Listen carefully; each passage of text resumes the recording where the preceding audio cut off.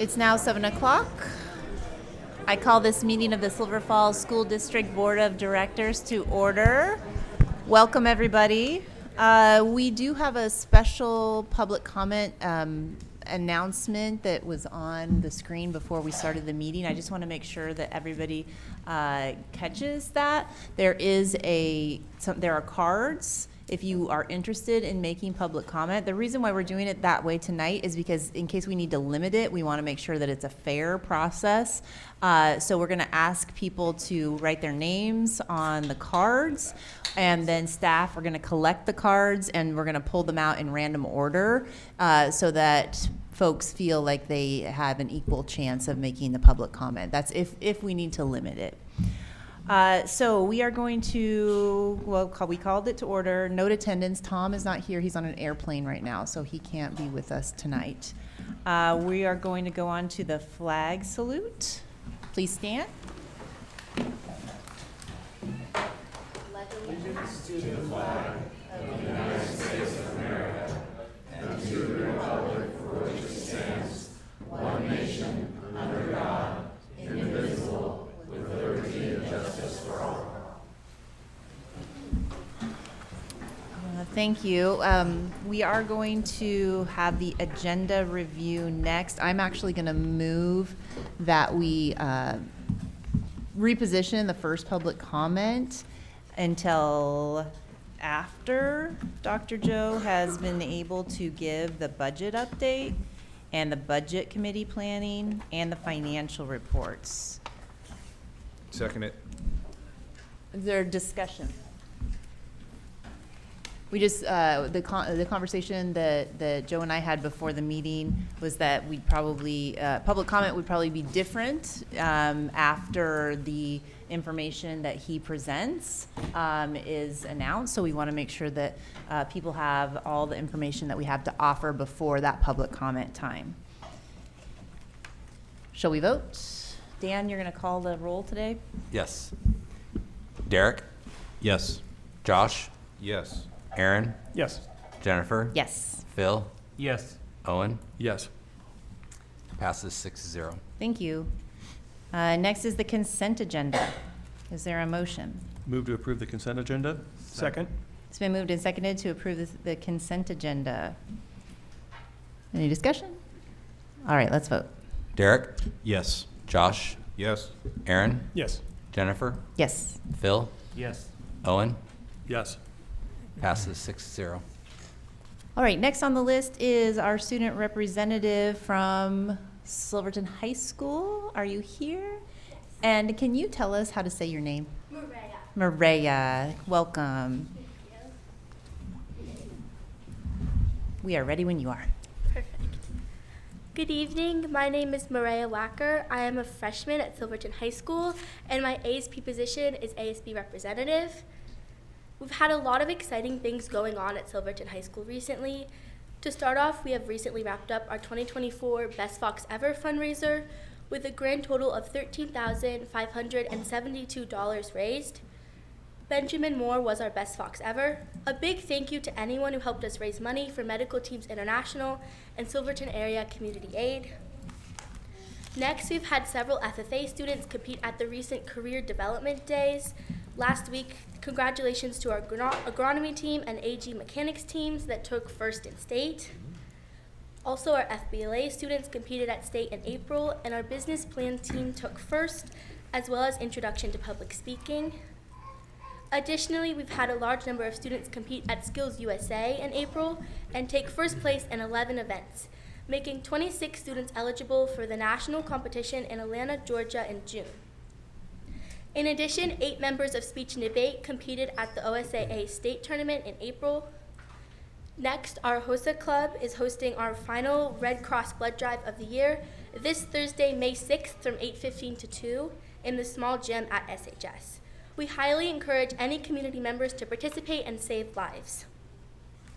As our sports spring season comes to an end, our track and field team is sending 22 athletes to state this Friday and Saturday at Hayward Field in Eugene.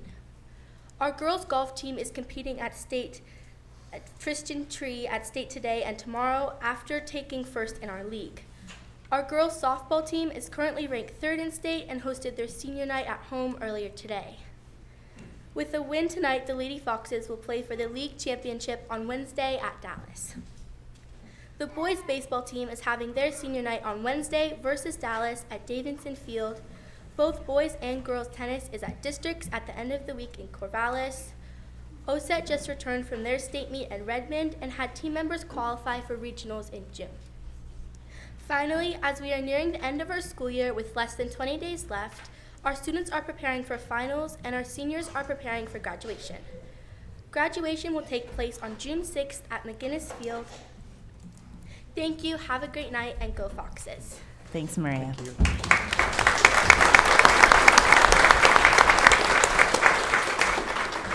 All right, Silver Falls Education Association.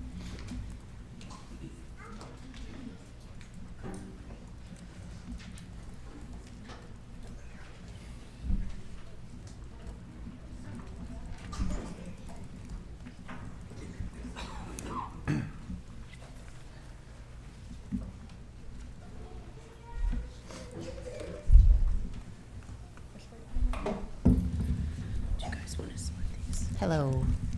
Hi, I'm Lori Wire. I'm president of Silver Falls Education Association. Katie Pantovich, she's our vice president. Jackie Renaud, she is our treasurer. Unfortunately, Emily Rayo is not with us tonight. She is home ill. Go ahead. Okay, awesome. I can start us off. Okay. A year ago, we sat in this room celebrating the ratification of our new contract, which took 370 days to negotiate and nearly put us on strike. We were 1 week away from striking. We were able to reorganize our pay schedule to ensure the long-term teachers received market adjustments they deserved, making this district a desirable place for teachers across Oregon to want to work in. Today, that contract we worked so hard and fought so long for is in jeopardy. The state of our district's budget is quite frankly embarrassing. All the staff in this district rose to the challenge to make up that $1.2 million deficit this year out of our own pockets. The COLA we negotiated to help alleviate the stress of rising inflation has been lost due to the 7 furlough days that we had to take up to make up that deficit. We helped save jobs, and now we carry the burden with us as we need to pay our mortgage, rent, utilities, and other bills.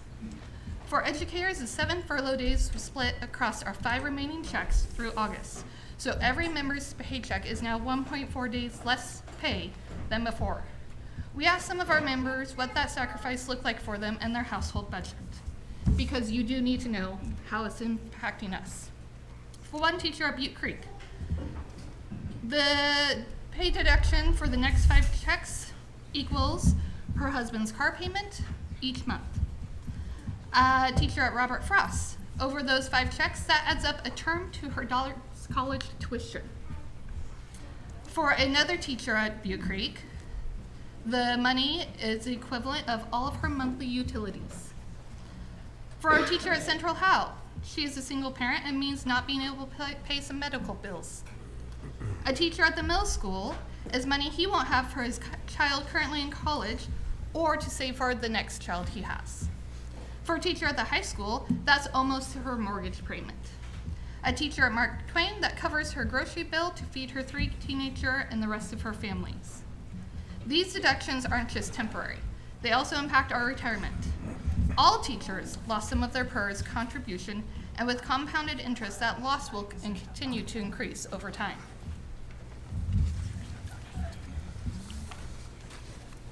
Our Silver Falls staff are the ones shouldering the financial burden as you sit here with your apologies.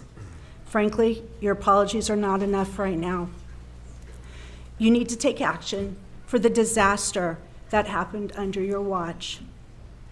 It is your turn to shoulder the burden and to make tough choices. There is no solution that's going to make anybody happy. There's no part of this problem that makes anybody happy. This community is about to be turned on its head for whatever decisions that are going to be made for the $8.8 million deficit. But the decisions need to be made, and they need to be made quickly so staff can start planning for next year. You cannot assume that staff will agree to additional furlough days or pay freezes. We already made the sacrifice of $1.2 million. We can't do that again. Now it's your turn to make some decisions to fix this problem.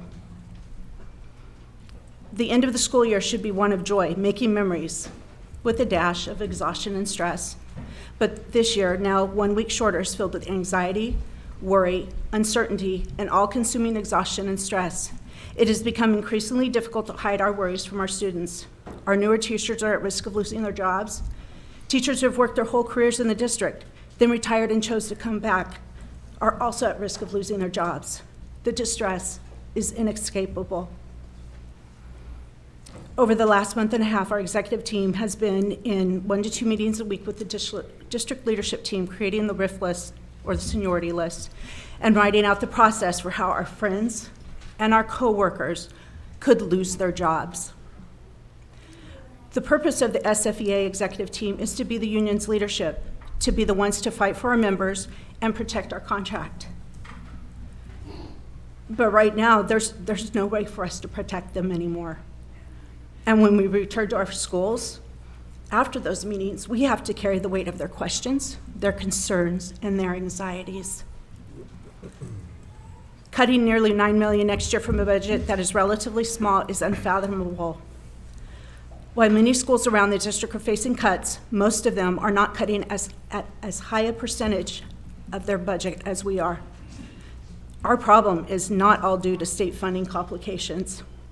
It is primarily self-inflicted, with many people holding responsibility.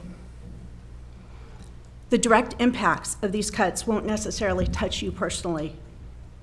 Perhaps they could affect your kids, or your neighbors, or your friends, but you are not in the classroom every day worried about losing your job or how you're going to pay next month's rent. None of the options before you are good. There is not a good solution. There's not a happy solution, but we have to make decisions, and we need to move on with it so we can make our plans for the future. Thank you, team.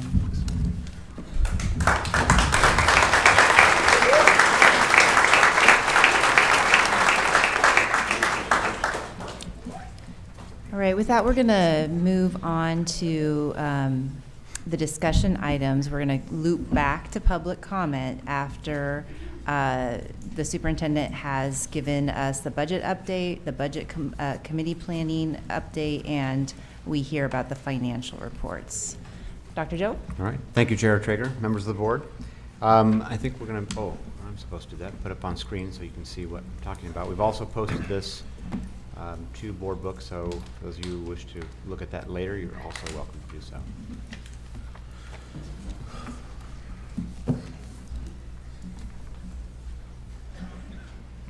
And yes, I have old eyes too, so I'm going to zoom it up so we can all see it. All right, in this document tonight that we're going to go over, I want to be clear about a couple things. I'm going to orient you to the document first. I added row numbers so we could talk about row numbers rather than trying to page back and forth and say which page and which box. Okay, so the row numbers are there. They are not in order of importance. They're just in the order that we had done the list 2 meetings or 3 meetings ago. Okay, so I just want to be clear about that. So the rows are just so we can talk about the row orders. They're not in order of importance. There are some things that are included in row 1 that come later in the document, and I will talk about those each time, right? So we're not talking about each one of these being additive. Some of them are included in row 1, which is the first thing around the staffing reductions. Okay, any questions about that part of the document? Additionally, in each one of those boxes, I have put in a bracket and italics and bold if there has been a change or if they are updated from the previous meeting. So that would be obvious because it's the same layout, similar boxes. So I wanted to be clear about what things had changed and what things had not. Okay?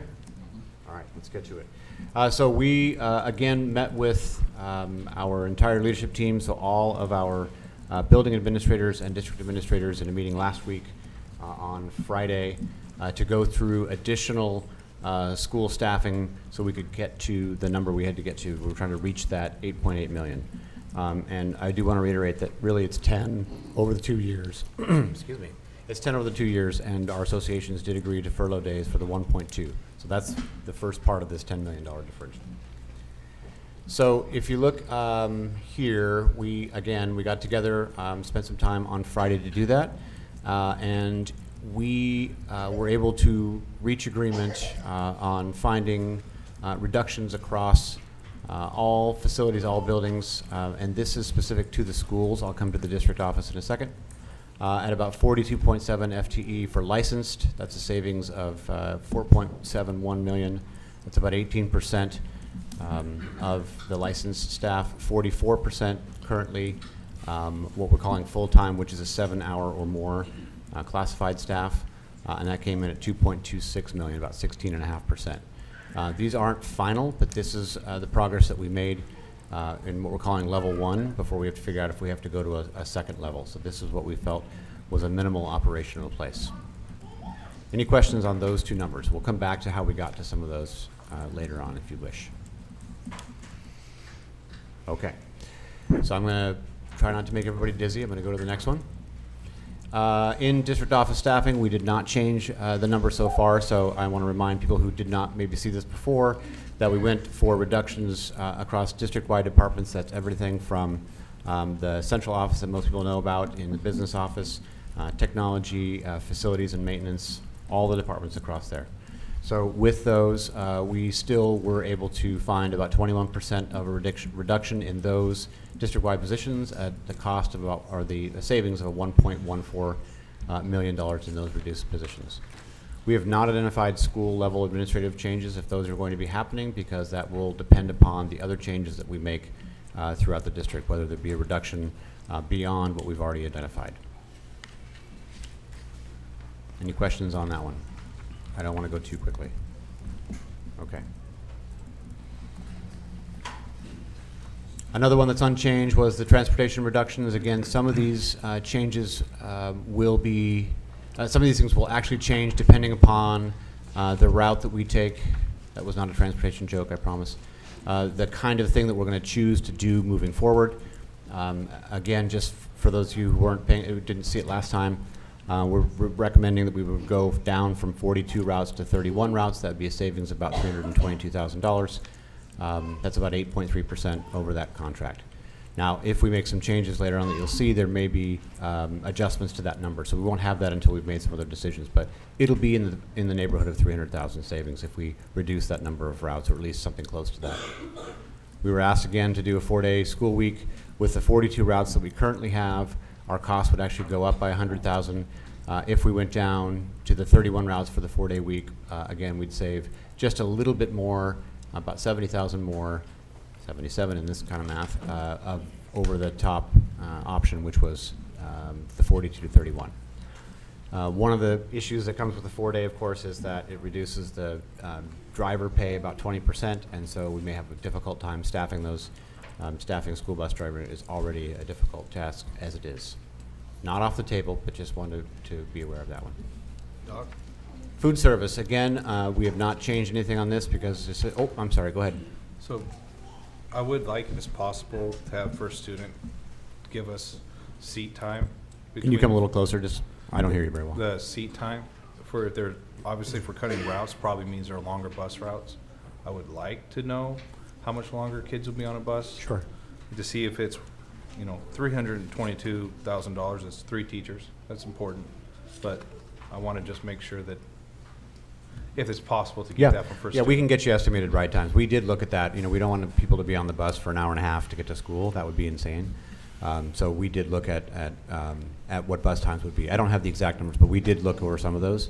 We asked them to do several changes in this, so as soon as we get closer to that settling, we can kind of look and see what the differential is between 42 and 31. If we're going to stay with a 5-day week, then if we make that decision, then we can kind of estimate our times better. And we've been getting a lot of emails, and we read them all. At least, I'm assuming we read them all. I do. One of the things mentioned was busing is reimbursed by the state. Yes. Is 70% is reimbursed. That's correct. These savings are inclusive of that.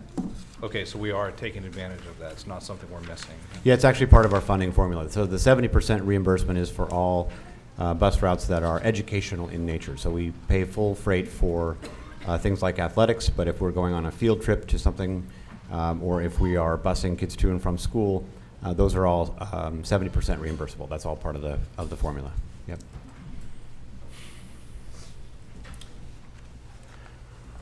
Okay, on to food service. We've made, again, no changes to this. We know we have to make some adjustments of some kind, whether we budget more or we do less, and so we're still working on that.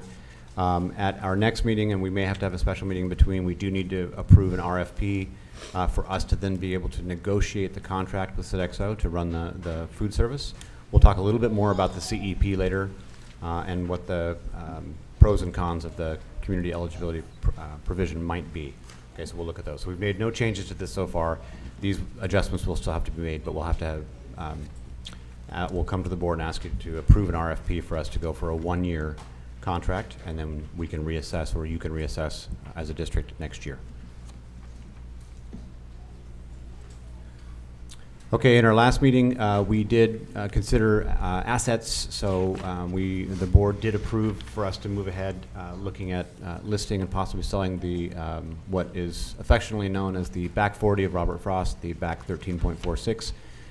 We are underway doing that. There are, of course, a lot of paperwork and things of that nature.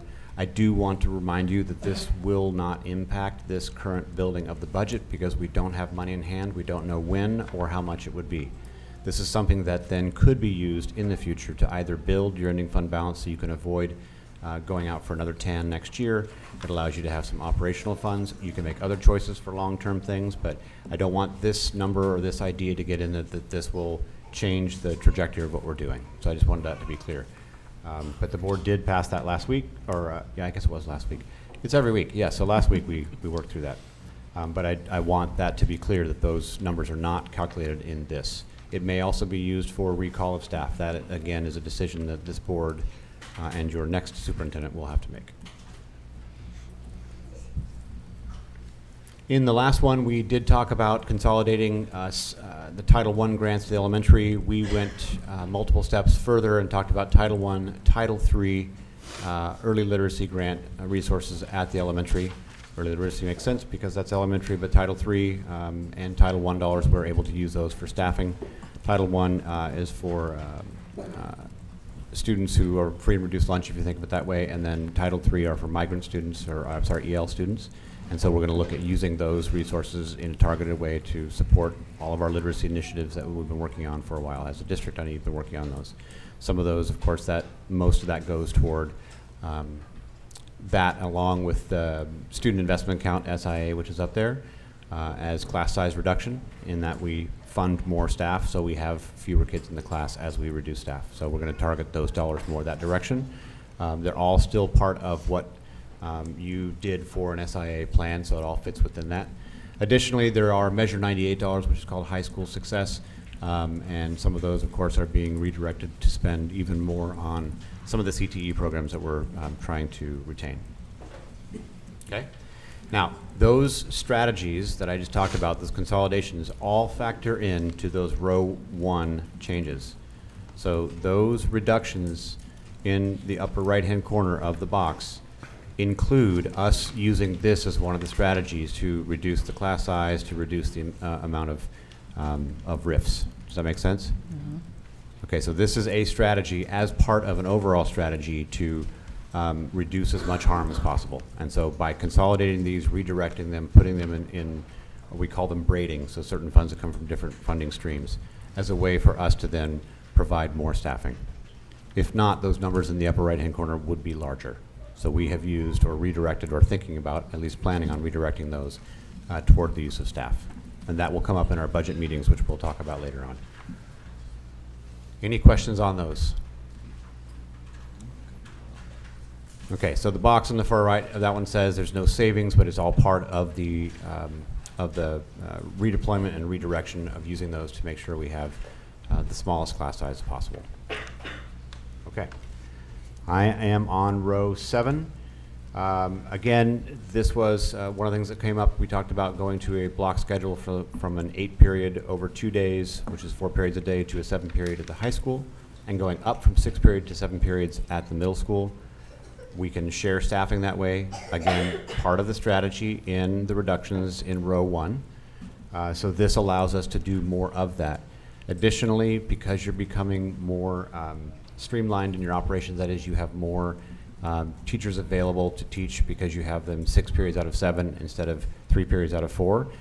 It allows you to have smaller class sizes. If not, your class size would be quite a bit larger. So this allows us to retain class sizes at a more reasonable level. Again, this strategy is part of row 1, and they're continuing to work on those numbers to figure out where we are. Any questions on that one? I know we've gotten feedback. There are people who like that and people who hate it, and I understand that. But this is one of those strategies that I feel would be in our best interest to keep our class sizes and also retain as many of the programs as possible at our high school, specifically as they have more of the varied programs, but also at the middle school. Okay?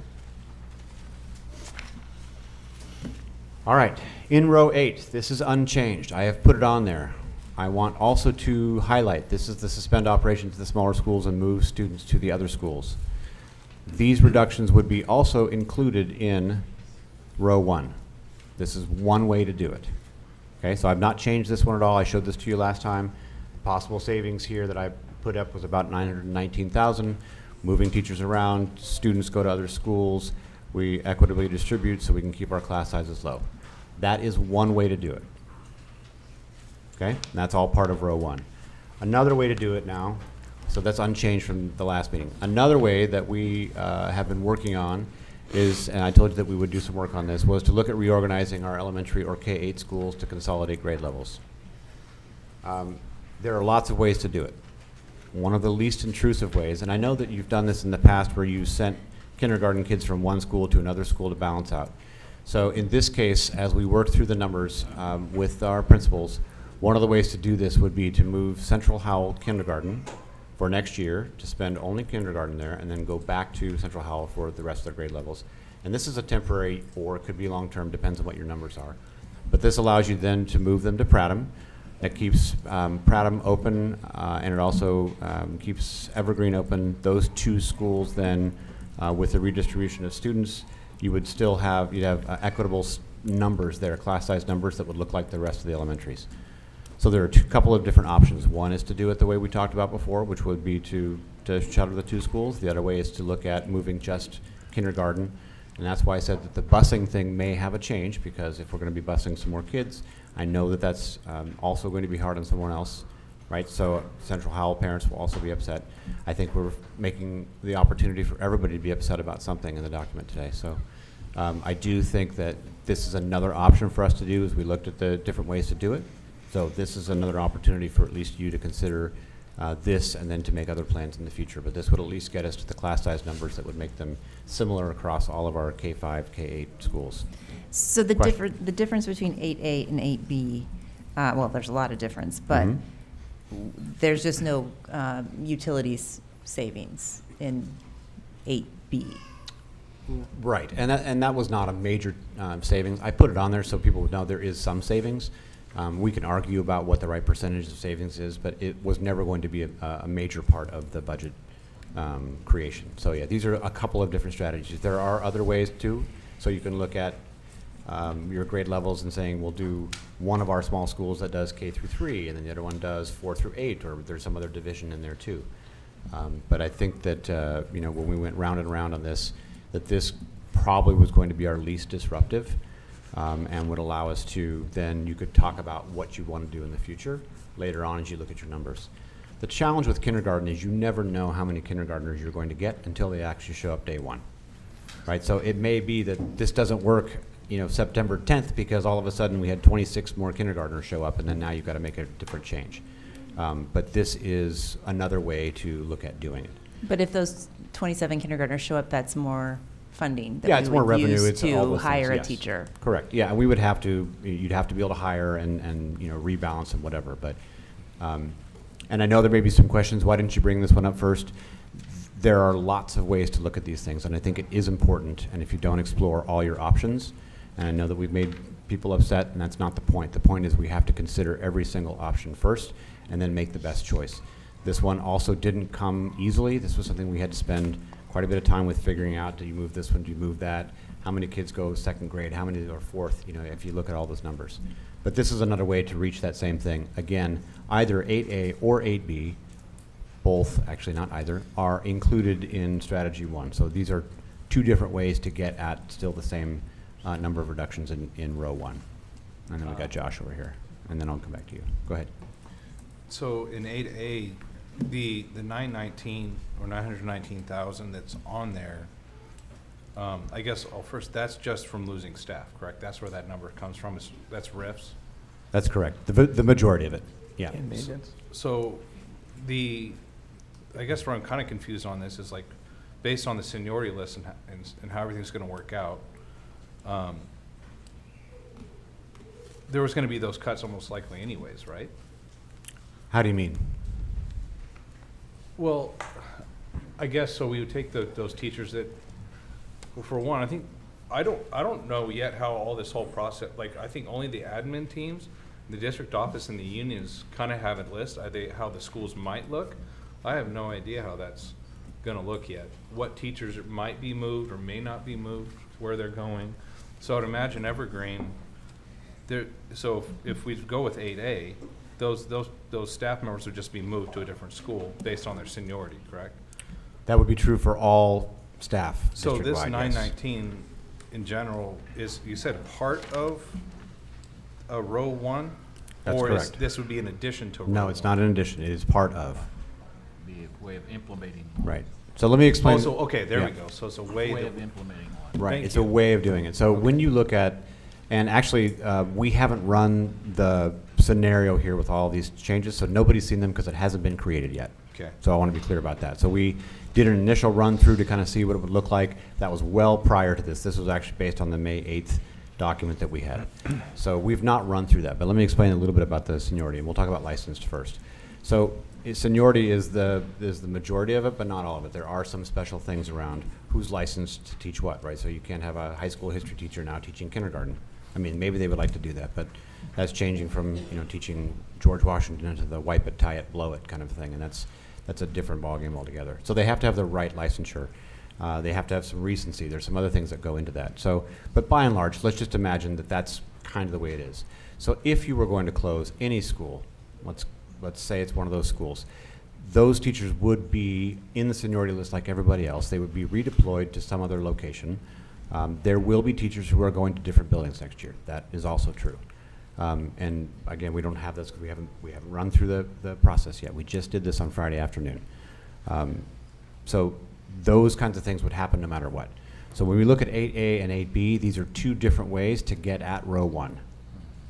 Right? So this is one way. There are other ways. And Joe, principals were involved in working on this as well. Yeah, we actually we couldn't do it without them, right? So if you think about this, the way that they do their schedule, and we're going to get to talking about that in a second about the early release Wednesdays in a moment. It's only in working with them that we understand, what it looks like, or if I have a .23, I can't really do music on this day because I've got something else that happens over there, and so they know their schools intimately, and they know how they can adjust their schedule. So they can make it work, because we have a few things, and I'll get back to that in the Wednesday thing, but that's why we include them, of course, because they're the ones that have the expertise about how their building works and what it looks like, and they don't get to choose necessarily who's higher on the seniority list, because that's just essentially by hire date, but they do have that expertise to tell us here's what can work and here's what can't work. If I have a 0.6 PE, I can make it work. If I have a 0.5, I can't, because of these 12 things that happen outside of that. Thank you. I think that's helpful for everybody to hear. Yeah. Thank you. And then we're going to go Owen, and we'll come back to you. Yeah. I didn't have. Oh, you didn't have one? Okay. Phil. Oh, Phil. I saw a hand over here somewhere. So go ahead, Phil. On the kindergarten, has there been any look at from the roundup numbers comparing to the last year or two?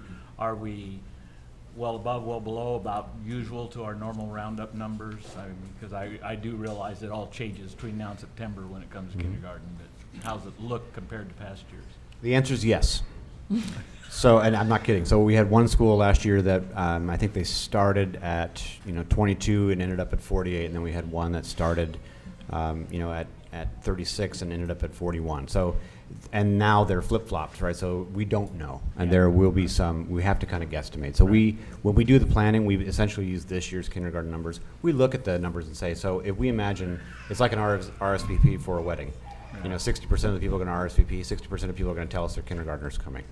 Parents who it's not their first rodeo, second child, third child, eighth child, whatever, they kind of know the drill. They say, we're going to make sure the school knows so we have a place. And so the numbers are just, they're actually flip-flopped from as they were last year. So we're just using our best guess on those. Depending upon the size of your school or the community of your school, you may have a better idea, but it's really hard to track. So we're doing the best with the numbers that we know we have so far, guesstimating what the percentage might be, and having to make our best guess on that. Right, and that's why I said it may come to September 10th. All of a sudden, you've got a bunch of new kids that came that you didn't know about, and you may have to make a readjustment. Again, when you do that, and I think that's why 8B looks like a better option, because then you can say, okay, in this way, we are able to move kindergarten back if you had to, as a for instance. We got to move a classroom, we got to pick everything up, and we got to change our bus routes. But that may be an easier option, at least in the short term. Yeah. Joe, just a follow-up question. Yes. On going back to 8A, just to be clear, because it's obviously a significant issue. If the board decided to maintain operations at the smaller schools, that approximately 9.5 would just come from the collective other schools, not specifically Evergreen and Prouty. You'd have obviously reductions there, but that 919,000 would come from all schools. That's correct. So that 919 is actually included in row 1, so it would come from across the board. So everybody loses something, and it's just part of the collective. So this is just one of those strategies. Hang on one second. We got. And then second part for 8B, again, I keep going back to one of the comments you mentioned in previous meetings about weighing the financial impacts against how much potential negative impact it has in the district. With the moving of the kindergartners, do we have like a rough idea of the net savings moving Central Howell kindergartners to Prattham, kind of wanting to weigh that first year of kindergarten connecting with your school, and then the next year potentially moving to a different school? Just, is there any dollar that we can assign to that as of yet? No, there's no way to calculate that really. So the calculation on row 8A is around if we close those two schools, suspend those two schools, whatever we want to say. If we do that, all of the staff leaves, and that's how it's easier to calculate. We can say, here's the savings, we won't need this, we won't need that, we'll put the class sizes. But by moving kindergartners for 1 year, that actually just changes the number of kids in each class in this case, at Prattham. And that would be, so those class size numbers are relatively equal to the rest of the district. So one of the strategies, the main strategy here is to make sure that we're, it doesn't matter which school you attend, that you should have at least a similar number of students. Like you get to have 6 kids in your class, but you're going to have 48, right? So looking at balancing. It just happened to work out as we looked at the numbers deeply in this case that you can move this. And I don't know the numbers, so I'm not going to even make one up. But the numbers around kindergarten, if we move that, then we could readjust how the grade levels might look. They've had blended grades there for a long time. So what if we reblend a little bit and then put it this way? So it's hard to quantify what an actual number of savings would be. It's all out of the top box, essentially. So these two, if we think of them as just strategies, I could have put them underneath. I didn't want to screw up the order in the document because we're kind of used to seeing it that way. Dr. Joe, see if I've got this right on B. So kindergarten was basically used as an example there, but probably what this would look like is in our K-5s, more than likely it would be dealing with amount of sections because we've got enough at different grades. And when it comes to the K-8s, you're looking at whatever configuration of 1, 2, 3 grades, depending on the building, coming up to a number so that our numbers are comparable district-wide. That's And correct. that's what's going on here. That's correct. And so that people can kind of visualize that. And so in one building, it may be 3 grades together, another one 2, or at Mark Twain or Robert Frost, it may be 3 or 4 sections, whatever the number of sections. It will be different in every building. Right. Yeah, right. Okay. And Just a specific clarification, because you said these are captured up in line 1. The impact to staffing, we see, between licensed classified, we have 9 headcount and a half headcount for administration. that would, both options take into account roughly 9.5 staff members, correct? Are you talking about box 1, or are you talking about No, the I'm 8A? talking about in 8A, because it specifically lists out the number of, the savings based on RIF of licensed, classified, and administration. Does option B encapsulate the same amount of reduction to staff? Yes. Okay. Yeah, it's just done differently. It was just specific to Yes, staff numbers. yes, now I understand your question. Yeah. So some of the emails that we've gotten, some of the communications we've gotten have misunderstood how that all works, which I totally understand. Yeah. So I think of 8A and 8B as two different kinds of strategies to get to the numbers we have to get to, which is in the upper box plus the other boxes that we're going to add up, right? So it's not just that, but yeah, so those changes, those reductions would happen one way or the other. We have to get to a number so we can get to that space. And so these are a couple of different strategies to do that. I was going to say, just for me, the equitable class sizes is really important. And I think that that's something that we may have to continue to look at, because our enrollment, we think, is not necessarily going to be increasing. And so that would be, yeah, I just want to say that this, I hope that this isn't a one and done look at this. I think we probably need to just continue to revisit, because the equitable class size, the number of kids in each class, should be pretty consistent across the district. I think that seems, fair. So that, to me, that this, I'm really glad you could come up with that solution where we can find equity in the class sizes. So thank you for that. Right, and I think that you will find, as you look forward in the next few years, this may be a strategy you have to employ, and it may be a different place that moves the kids. It happened to work out that the schools that were fairly close to each other, Central Howell and Prattam, at least on the same roadway, made it a little bit easier for us to do. But you're going to have to consider, look at if that's something that's important to the board and the community to have relatively equitable. And you can't always, it doesn't always work out that way, right? You might have a class of 24 or 22, but by and large, you want to make sure that students are all having a similar experience in terms of the number of kids, and the same thing with your staff, right? It's a little different teaching 28 7-year-olds than it is to teach 22 7-year-olds. And it's the same thing at high school. So I think that's something that you can look at as a strategy. It just requires some changes, and sometimes it's a change every year. And so it depends upon how your community wants to react to. If we want to keep things open, then are we willing to be really flexible? Like this, in 2026, we're doing this now. In 2028, we had to change it the other way. And that's why I brought up at the beginning, last year you did something different, right? They went the other direction. Now we're talking about going this direction, and it may seem like we're yo-yoing, but we're not. We're just looking at what our actual numbers are, the ones that we can best target, and then say this is probably a good strategy for that. Anything else on this one? I guess just one for clarification. Sure. So were we going to be blending at some of the other schools? I kind of find it weird how we would blend any of the K-5s, but due to There their will be numbers, blends. but, Yeah, there will be blends at every school. Now, Yeah. were those blendings going to happen regardless of 8A, or it would have to happen to a greater degree because of 8A being implemented or not? I'm not sure I can answer that, because we did, the challenge is we had to go further. So when we first did the exercise, and I think I highlighted that for you, we only got to 29 licensed, and I don't remember when we had just estimated the classified, because we didn't even get to that. We got much closer to the numbers. It was a lot of very painful work for principals to get there. And so we didn't have any of those blends because we hadn't gotten there. At 29, we were able to do that without blends. We can say, well, this one's going to be a little bit larger. But when you go to this number, you are likely going to have blends at all schools. And I don't know if it'll be 1 blend or 6 blends. It really depends on the building. And we have had recent blends at our K-5s. Mm-hmm. Is that because of our rehiring policy or Just enrollment. Yep. And blends are common to use as a budgeting strategy. Like, we only had 5 first graders. Well, that's not going to work out. So you have to, figure out how to do the blends. Okay, I'm going to move to row 9. And the row 9 was the consolidate, reorganize elementary specials staffing. Now, these are also included in the numbers in row 1. One of the reductions as we have to think about is we're reducing across all kinds of programs. We are not eliminating. We are not eliminating music. We're not eliminating PE. We are figuring out better ways to deploy the staff. One of the challenges, however, at elementary is that as per contract, we have to provide a 30-minute preparation period for teachers.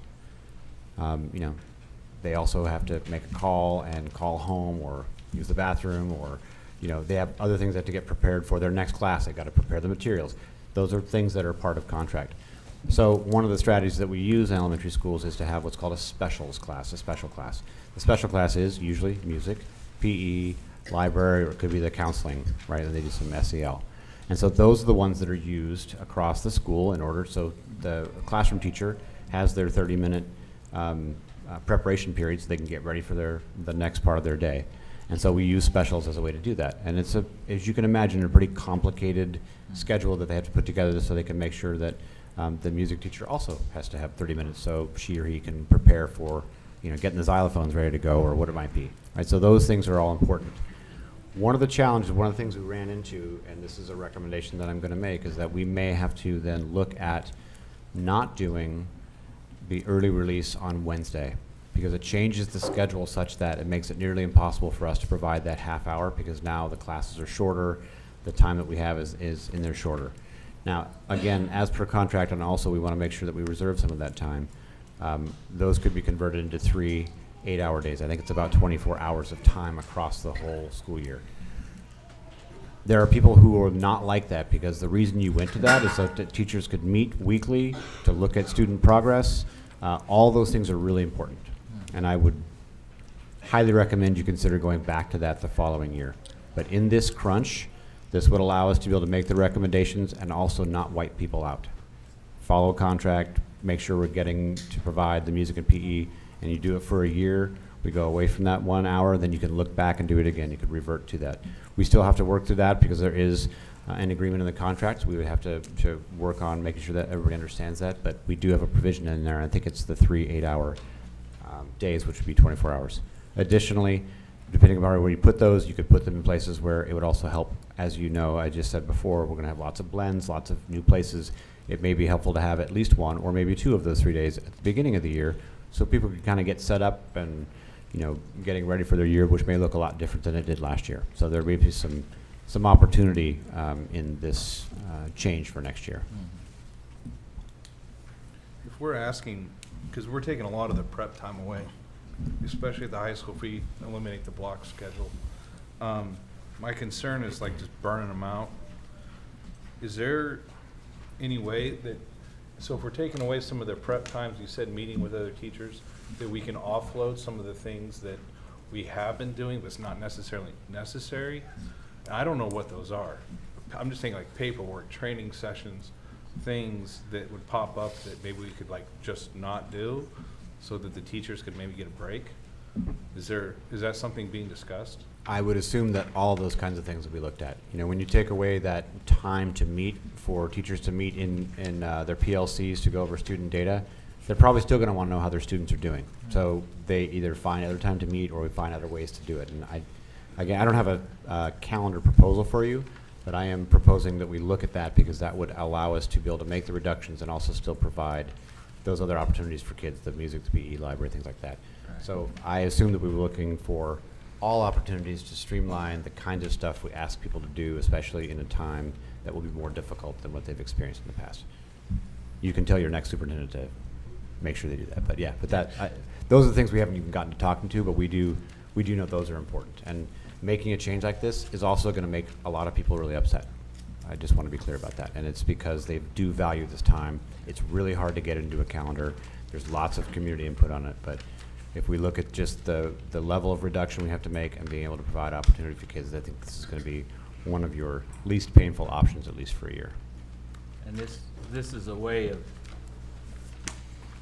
making sure we're still getting music, getting the PE, but it may not be the quantity of in those areas, is that sort of thing, or may still even be the same quantity, or? It'll be a similar quantity, and I wish I knew how many days a week it was. I don't Okay. remember. We did talk about how much can we retain, you know, because when you also have to remember if people happen to be sharing buildings, well, they have to get from one building to the next, right? They can't just show up. Right, so we're working on teleportation, but we haven't gotten that figured out yet. It's Because if not we in the give, budget. so you have people give, there is drive time. So you're losing more instructional time by putting a teacher on the road if she's got to go from one school. So Right. she might be at that school the whole day and just doing music, and then she goes to another school the next day. Or it might be that she's at 2 schools in one day. So some of those jockeying, that's again, back to the question around having the principals involved. Of course, they're going to tell us what's going to work and what's not going to work. But this roadblock kept coming up. And so I just asked the stupid question, which was, do we have to keep doing that? Or can we make that switch? Can we make that change to move that barrier to get to the next thing? And I know it's a big change, but it's also the thing that kept coming up, each time. Like, well, I could do it if I could do this or that. And so that's why we put it on there. I think we had a question over here. I was just in follow-up to Josh's comment about teacher burnout, and especially losing that prep time. I wonder if that coupled with taking that look at the 4-day work week, would that account for, could you keep some of that prep time? Granted, your days would be a little bit longer, but provide an additional day off of rest. I'm curious about how that might play out, if it would allow for us to keep that time for teachers to be able to have, I think, that weekly contact. And you probably haven't had time to explore it, but just something that keeps coming back. Sure. Yeah, all of those things are options. You are making your school day longer, so it's a longer day, and there are other opportunities for them to do that on that day. So that's something we could consider. We've not calculated that, frankly. It won't be much of a cost savings. It might be a sanity savings that I just haven't quite worked out. We also have to remember that when we go from a 5-day to a 4-day, we put the burden of childcare, whose parents who may be counting on being in school that day, back on the families. And that's something that I'm always very cautious about doing, because even though we don't like to think of ourselves as childcare, we know that kids have got to go somewhere. So we want to make sure that, if we can provide that. I know childcare is already hard to find and also very expensive. And often the people who can't afford it are the ones who don't show up to talk about it because they're out working 1, 2, 3 jobs. So I just want to, I'm always a little bit more cautious about that. But it's certainly something we can try to look at if we can get to that place. Okay, any more questions on row 9? Okay, we're going to go to 10. As I told you, we will be looking at discretionary spending. These are updated numbers since the May 8 meeting.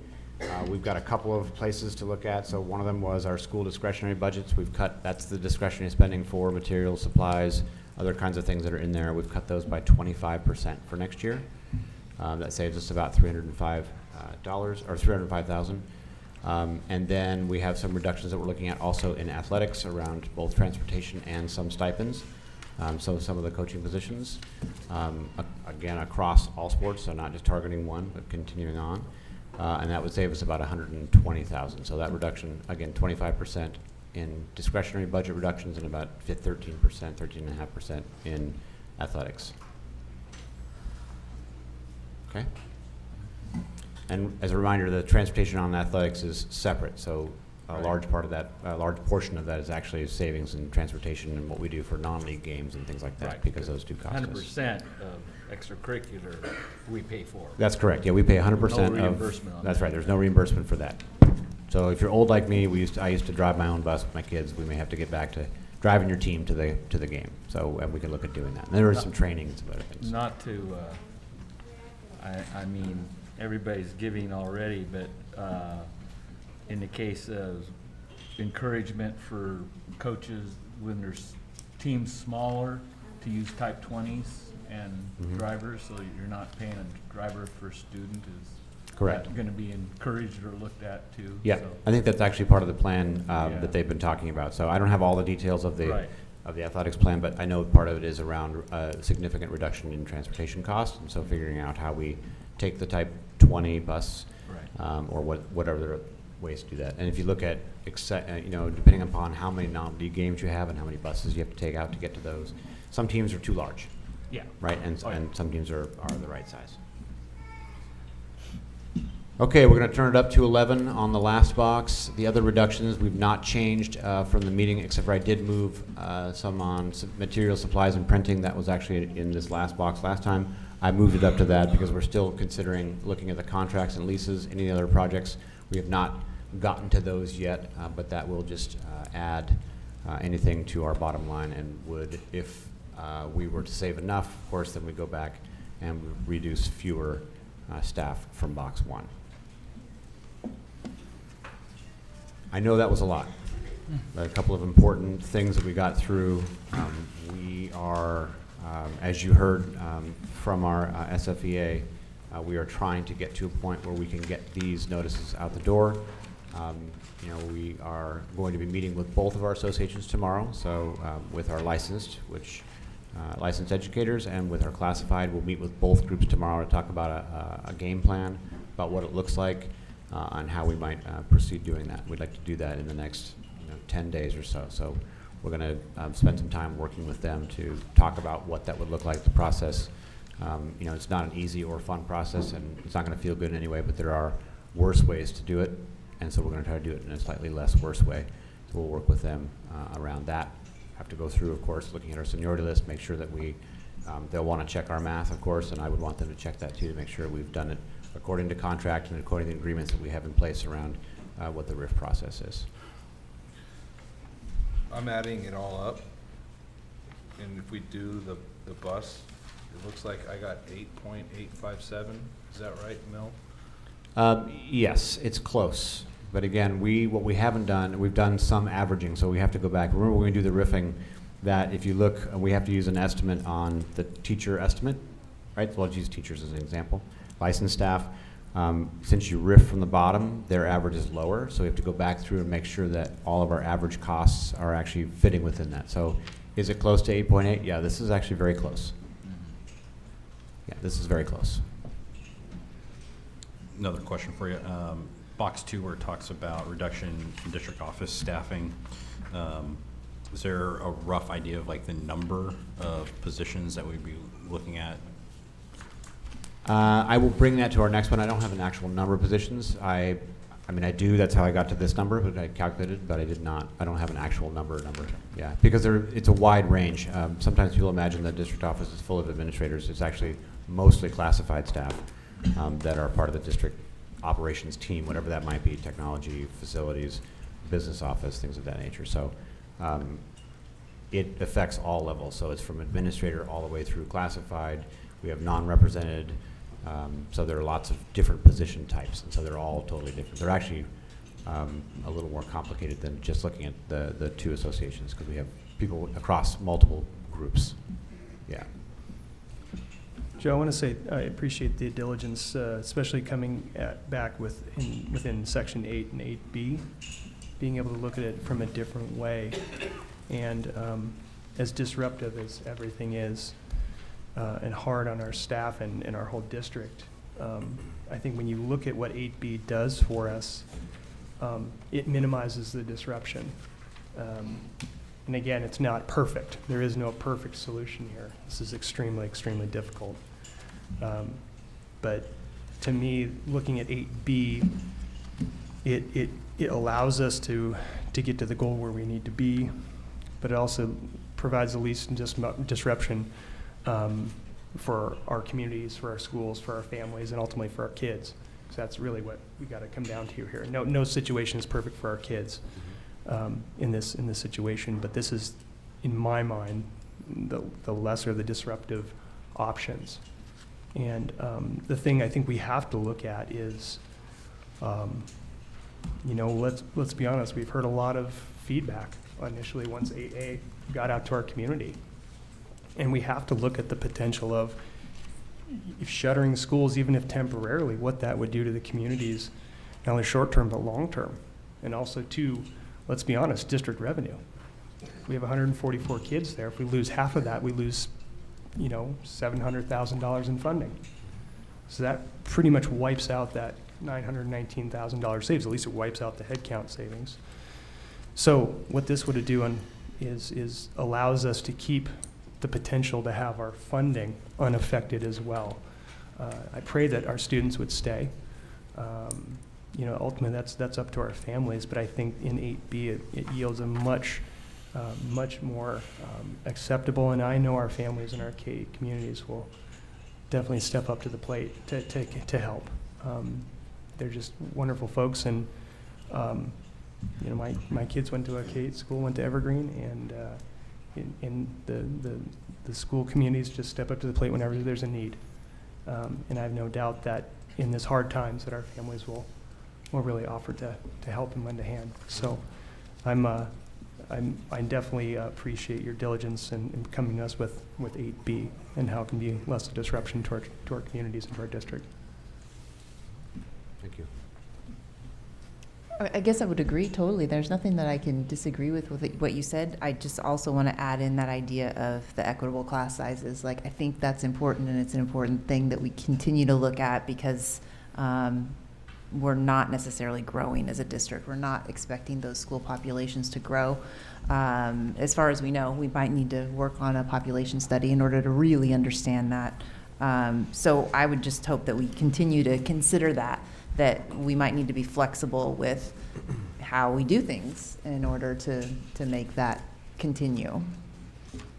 And I think it would feel less disruptive if you did it over a longer period of time and say, here are some of the things we're going to have to do as a community, school community. We're going to have to be flexible. If we wish to continue operating these schools, we're going to have to do things in a way that are different than we did before, which might be that we're moving a grade level back and forth, or we're moving things back and forth. So you're going to have to look at that in the future. I do recommend that you do the Portland State, but Portland State did them forever, so there are lots of people who would do them, not just an endorsement of them. A population research study, because the last time I think you did one was 2017. They always say they're good for 10 years. They're not good for more than 2, because things change, right? Birth rates change, people move, the prices that people can afford to pay for rent or mortgages change, so all that stuff changes. So it is important to do one at least every other year, if not, at the most every 3 years. But you have to look at those, because that will give you some trends. In my past history, I always chose the low number. Mm-hmm. So they'll give you a low, a medium, and a high. So I was always the most dour in the room, saying we're going to have the fewest amount of kids, because the worst thing that would happen was we'd get more kids, which meant more revenue.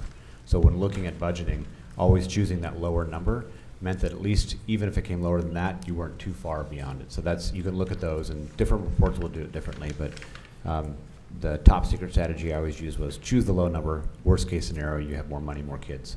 But you're going to want to know that, because they do a good job. All of these companies that do this do a good job of tracking everything from birth rates in your county to building permits in your town and how they all kind of play out. And they're experts in that, of which I am not. And what year was our newest one?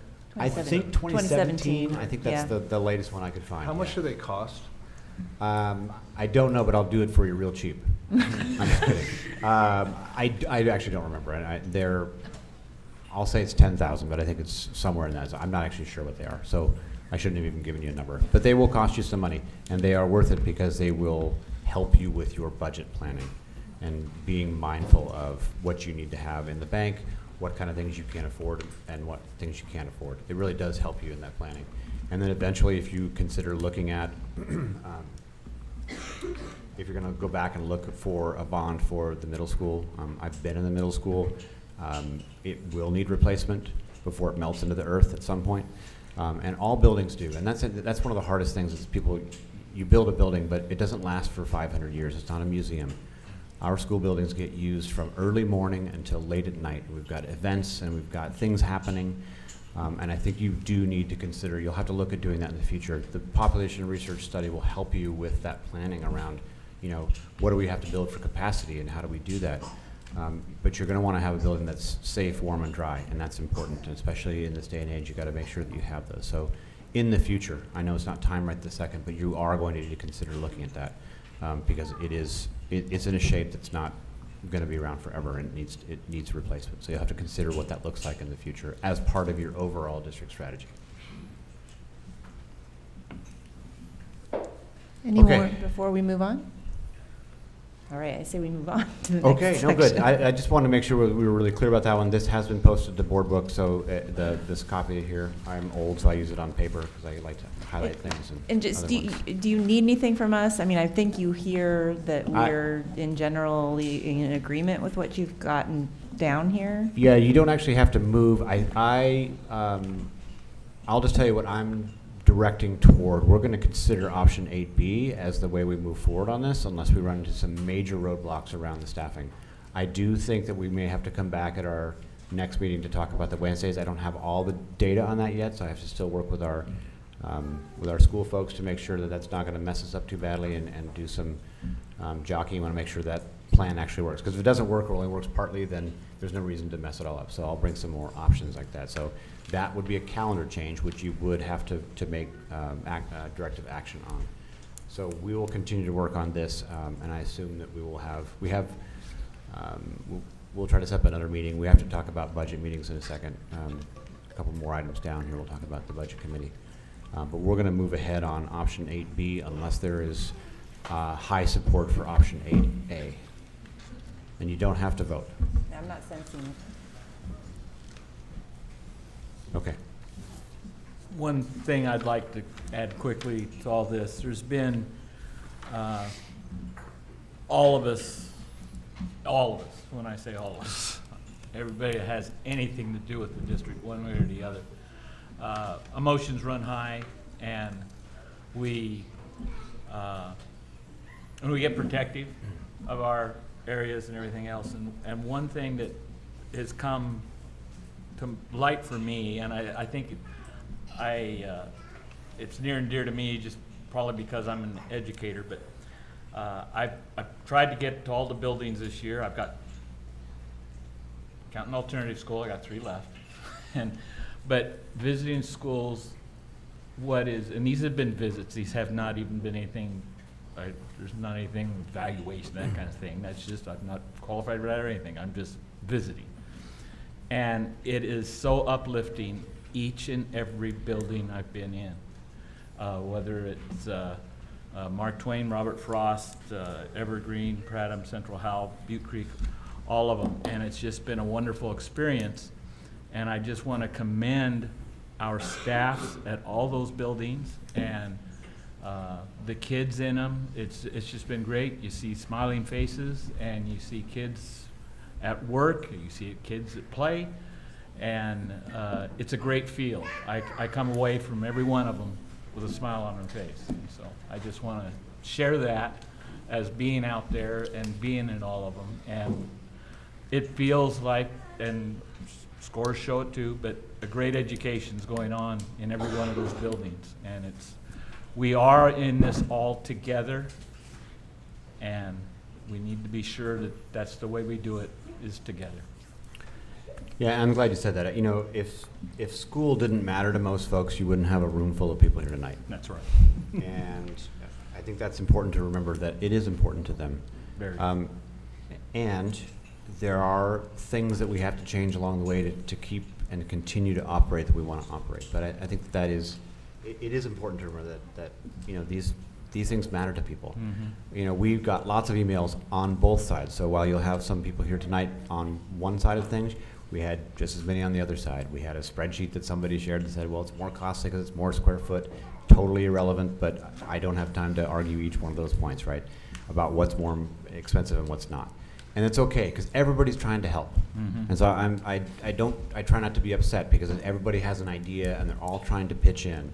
And I think that that's part of the fabric of your community, of which you can be proud, even when people are upset. And they're upset because they're all upset about the same thing, even though they're different. Because they want the best thing for their child and their experience. That's what they want. And so when they're really mad at you, or they're really mad at me, or they're really mad at the whole thing, it's because they want the best for their kids. And everybody believes that the best for their kid is the most important, which I would expect. Yep. But you've got people who believe different things, and they all believe those are the best thing. And that's always hard when you get in an argument and say, well, we're going to do this over that. Well, it turns out that everybody wants something best for their kid. That's true, right? And they're here to advocate for that. And the difficulty in making a decision is that some people are going to feel like they lost, and some people are going to feel like they won.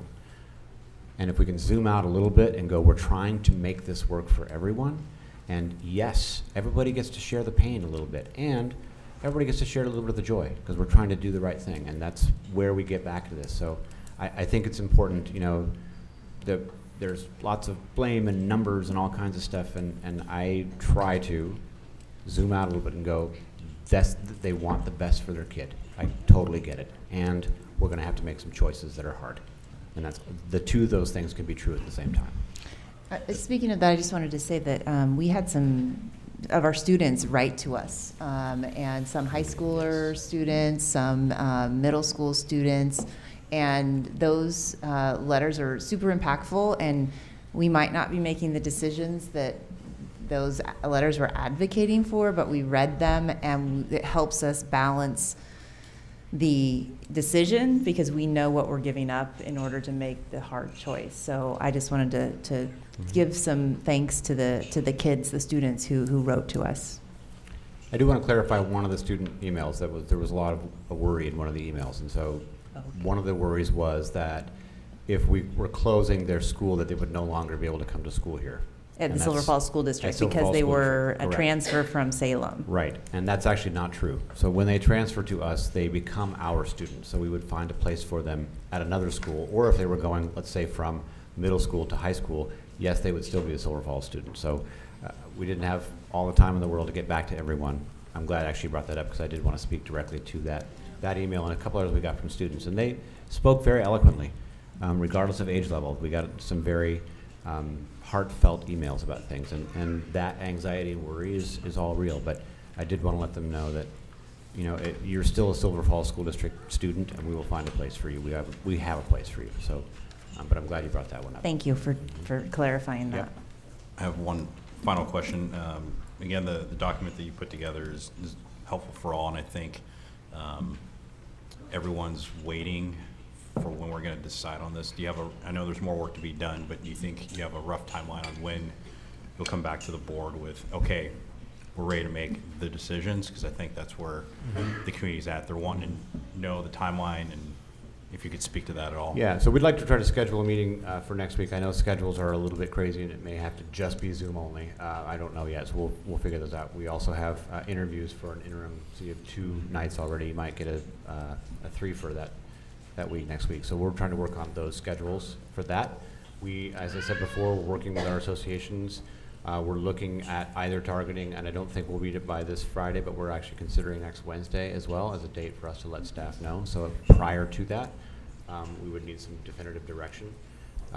We're going to, as I said before, we'll explore option 8B as the primary. There are a couple other things that we haven't worked through yet on the other ones, so we'll try to do additional savings. If we come up with additional savings that we're far over, of course, we go right into, we have a recall process, right? So all staff who are RIF'd also have 27 months right to recall, meaning that at any time we add positions back, that they're on that list for 27 months. So it's more than 2 years. We go down the order of that list as well and bring them back in that same order. Does that make sense? So we may, excuse me, we may find that we've reached an even larger number, and if that's true, then we'll be able to say, hey, we're going to be able to start doing some recall. Thank you. Yeah, you're welcome. All right, I think we're ready for the budget committee planning. Okay, well, this one actually will be short. Want to let you know that our budget meetings will be in June. We will work on the schedule. I know Debbie will be reaching out, the board secretary will be reaching out to budget committee members, of which all of you are also budget committee members. So there are 7 of you and 7 public members. So we'll be reaching out, finding the dates that would match in June. It'll likely be early June, but we have a few things going on during that week. We have a furlough week. We also have graduation. We have a few other little unsundry items. So we were going to work on getting those dates on the calendar ASAP. But I wanted to just highlight that for you, that you would know it was coming. And so our budget committee members will also know, because we have to build a budget based upon the reductions in numbers we have here. And just as a highlight, you won't see those reductions and things in the budget document, right? The budget document is a budget. It's a little bit closer to something like this with a little more detail, which just shows large numbers. And so sometimes people get frustrated when it doesn't have all those detail, like, well, those are staffing things. This is really just around a budget of revenue and expenditure, and here's how we're deploying them, right? So you won't see that, and you won't see this or that, and then you'll see, here's the amount we're going to spend on this, here's the amount we're going to spend on this. These are the amounts we're going to get from these different sources, right? So that will be forthcoming. Debbie will be reaching out and trying to get everybody on the calendar for probably 2 nights, if not a third. All right. Financial reports. Hi, Kim. All right, yes. So, financial reports, want to discuss with you, we have transitioned to a new financial report format.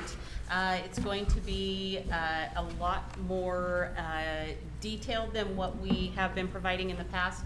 as we want to make sure to break things down on a much greater scale, a much more detailed scale for everybody. So new layout, a lot of detail, but we think it's very important to fully evaluate the entire financial position, not only where we are year to date, but where are we going for and where we project we'll be at the end of this year.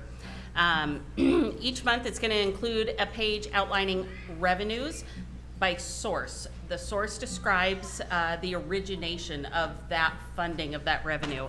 And there'll be another page that outlines expenditures by what's known as a function. And a function explains what the expense was used for. These categories are defined by the state of Oregon, and every school district in the state is required to use these same codes so that the state can analyze between districts both revenues and expenditures. So together, these two pages will produce a projected ending fund balance for the general fund every time it's run. So at the bottom of the first page, you'll see a projected ending fund balance for the current fiscal year. For ease of identification, any of our budget lines that are not projected to end the year in a favorable status will be marked in yellow. So your first page is a revenue report showing our revenues as of May 10th. This is as of Friday. Everything highlighted in yellow are revenues that are coming in under our revenue projections, meaning we are not receiving as much revenue as was projected. These numbers continue to adjust at this point in the year with just about a month and a half left. We are getting very close to knowing what those are going to finalize at. However, you may notice in comparison to just 1 month ago, our revenue projected for June 30th has actually decreased by another $800,000. So the primary difference for this was the release of the May State School Fund statement. Every May, the State School Fund statement includes a reconciliation for the prior school year, meaning the 2022-2023 school year in this case. So there are a number of projections that go into this. Our adjustment for the prior school year state school fund did not come in as anticipated. Additionally, we've spoken with our constituents about a high-cost disability grant. This is a very limited pool of money available statewide. It is split among districts based on their proportionate share. Unfortunately, the state realized they had given us almost $500,000 too much last year and took that back out of our May revenue. So that is the biggest adjustment on the revenue side. I love getting to share this news. I apologize, everybody. On the expense side, the yellow highlights indicate our expenses that are over our projections. And I want to pause, and while there are a lot of yellow cells in that fifth column up there, it is very, very important that we recognize an absolutely incredible sacrifice that has been made by every staff member in this district, with furloughed wages coming to $1.2 million. It is absolutely incredible, and I cannot say enough how much that has done to help our position right now. The other piece is really want to recognize extremely hard work by our principals, our office staff, all of our department chairs, our leaders. They have reduced expenses in the non-critical expenditure areas. We've been able to maintain the instruction, the student experiences, the operations, but by reducing costs, we have seen nearly a $1.6 million reduction in expenses in just 1 month. Now that is, of course, taken into account the furloughs that are going to be saved over, but last month we were well over $2 million projected to be over on expenditures. This month you're seeing we anticipate ending the year about $750,000 over on expenditures. Not great, but that is a huge, huge sacrifice, and I personally, just, I need to thank everybody, because I do know what the impact is to everybody, and I just absolutely feel for that. So I want to take just another quick moment to highlight 2 specific areas on the expenditure report when you review it. There's been a little bit of concern. One area that is showing a significantly over budget on expenditures are our payments to our charter schools. Charter school payments are an expense that we have to pass through the revenue that we receive from the state for the proportion of that revenue attributable to the charter school. So while we have sent them more money than was projected, that is because the state has provided Silver Falls School District with more money than was projected based on the charter school's proportions. So I just want to be very clear that that is, while charter school payments are showing higher than anticipated, it is due to revenue coming in higher as well, offsetting that cost. But they do need to be shown as revenue and expenditures. Kim, I see that on the expenditure page. Is the revenue page? So revenue page, the revenue that includes the charter school funding is code number 3101, state school funds. It's showing that we are $258,000 over budget on what we projected for the state school fund. So while it's a little bit complex of every dollar that we get, we have to analyze, was this increase in revenue due to increased enrollment at a charter school? Was it due to a decrease? So there is constantly a shifting, because we actually analyze student by student what portion of that revenue from the state school fund is attributable to each charter school versus the district. All right, so the 3101 is a mixed pot, and the 1288 is just the pass-through. Is their pass-through, correct. So, and then one of the other items that is going to be a big focus in future budgets, but also is an area that is contributing to our expenses exceeding our projections, are some of our other operating funds. Again, this is a general fund report at this time. Some of our operating funds are needing more subsidizing than we anticipated. We've spoken with you about some of these other funds and looking at ways to help some of our other programs run a little less expensive, but that is requiring more transfers of general fund revenue to help fulfill the shortages in those programs. So I want to let you know we will continue to add additional sheets with more information on those other funds, the exact status of each of those other funds, our appropriations, which are our authority to spend within each line, and student body accounts as well, so that we can take a look at our student agency accounts and make sure that everything is on track. So this is a big change from what we were producing before, and the accuracy of it over the speed of deploying those additional sheets. So hopefully by next month, all those additional documents will be there as well. Could you walk us through the process of, doesn't matter what the area is, but in any given area, you've got the budgeted amount, and then how the money gets spent out of that? I guess it would be what I'd call the requisition process and everything. How does that work as far as, because what I'm used to is, let's just pick a number. I've got $10,000 in my budget. I want to go spend $500 for whatever it is. I put in a requisition. I get approved for that and then told that I have that money there and what I'm buying looks like it fits that category. Go for it, Phil. How does that work for us? So I want to make sure I understand your question. Yes, our controls on. Yes, okay, perfect. So each of our schools, departments, and district-wide do have different types of funding. They have discretionary funding, which is what you're referring to, that the principal says, I would like to buy a new bookshelf for my office because the one just fell over and that sort of thing. So they have an accounting system. Both our principals and all of our office staff can log into their accounting system. It shows them only their accounts by expense type, their budget, their year-to-date expenses, their encumbrances, which is the critical piece. An encumbrance means these are expenses I've committed to but maybe have not paid yet. So when I want to go register for a training session and it's $450, we need to make sure that that requisition gets in the system to lock up that $450 because it's already been allocated.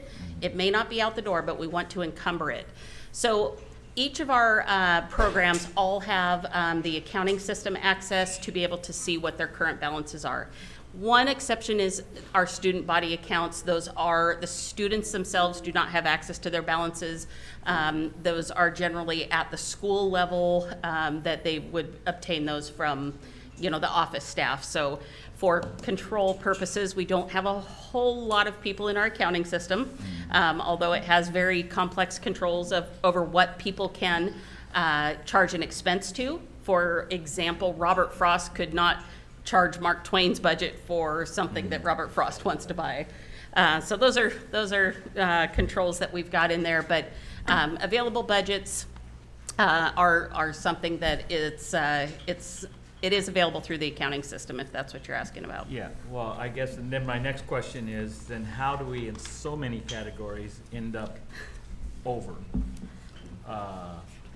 If that is, you know, if I've put in a requisition or, you know, and it's gonna be over, are they stopped and said, your count's done, or? 100%, so that's an excellent question, and one I'm definitely been polling my neighboring and peer districts about how we do that. We have over 40,000 accounts, account numbers.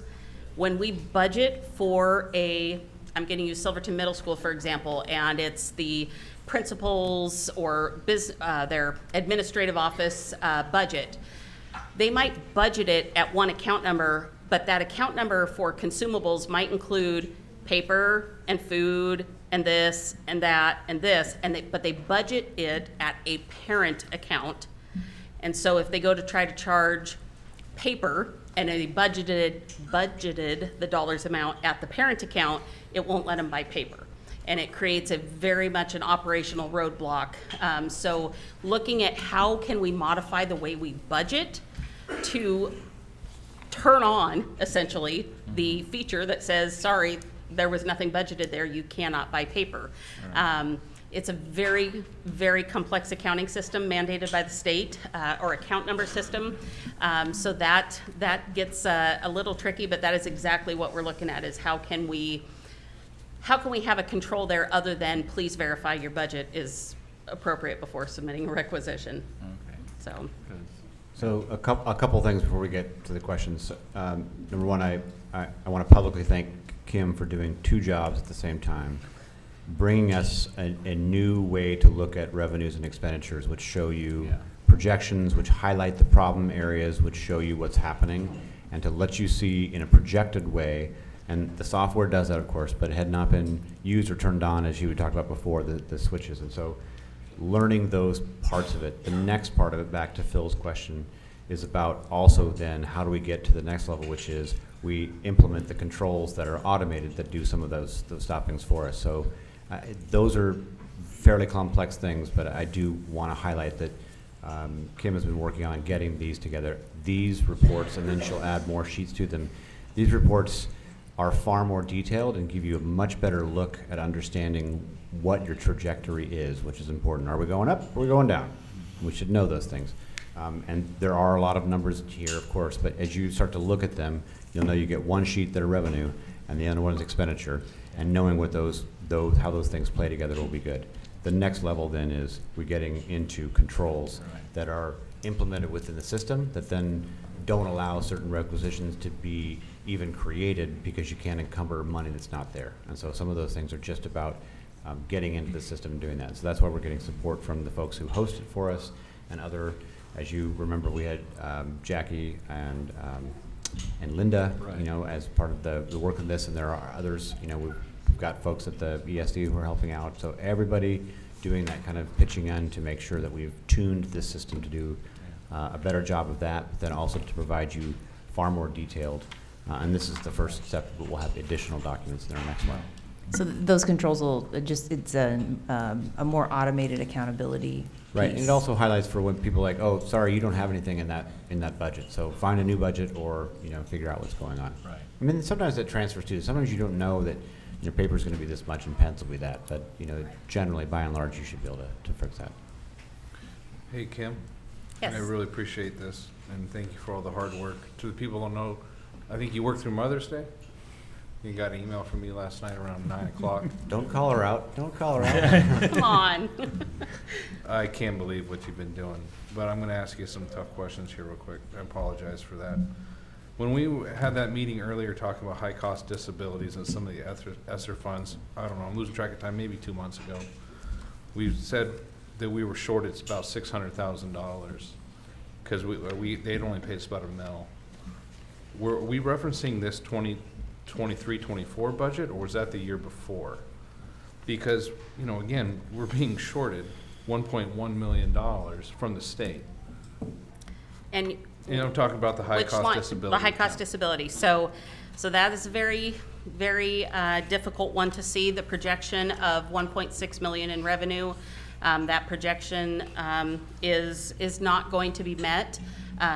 So again, while we received revenue for the 23-24 school year, it was offset by the negative revenue for the 22-23 school year and caused this. So when your projection unfortunately is one way, and then a state reconciliation payment eats up $500,000 of that, it really is it's stark.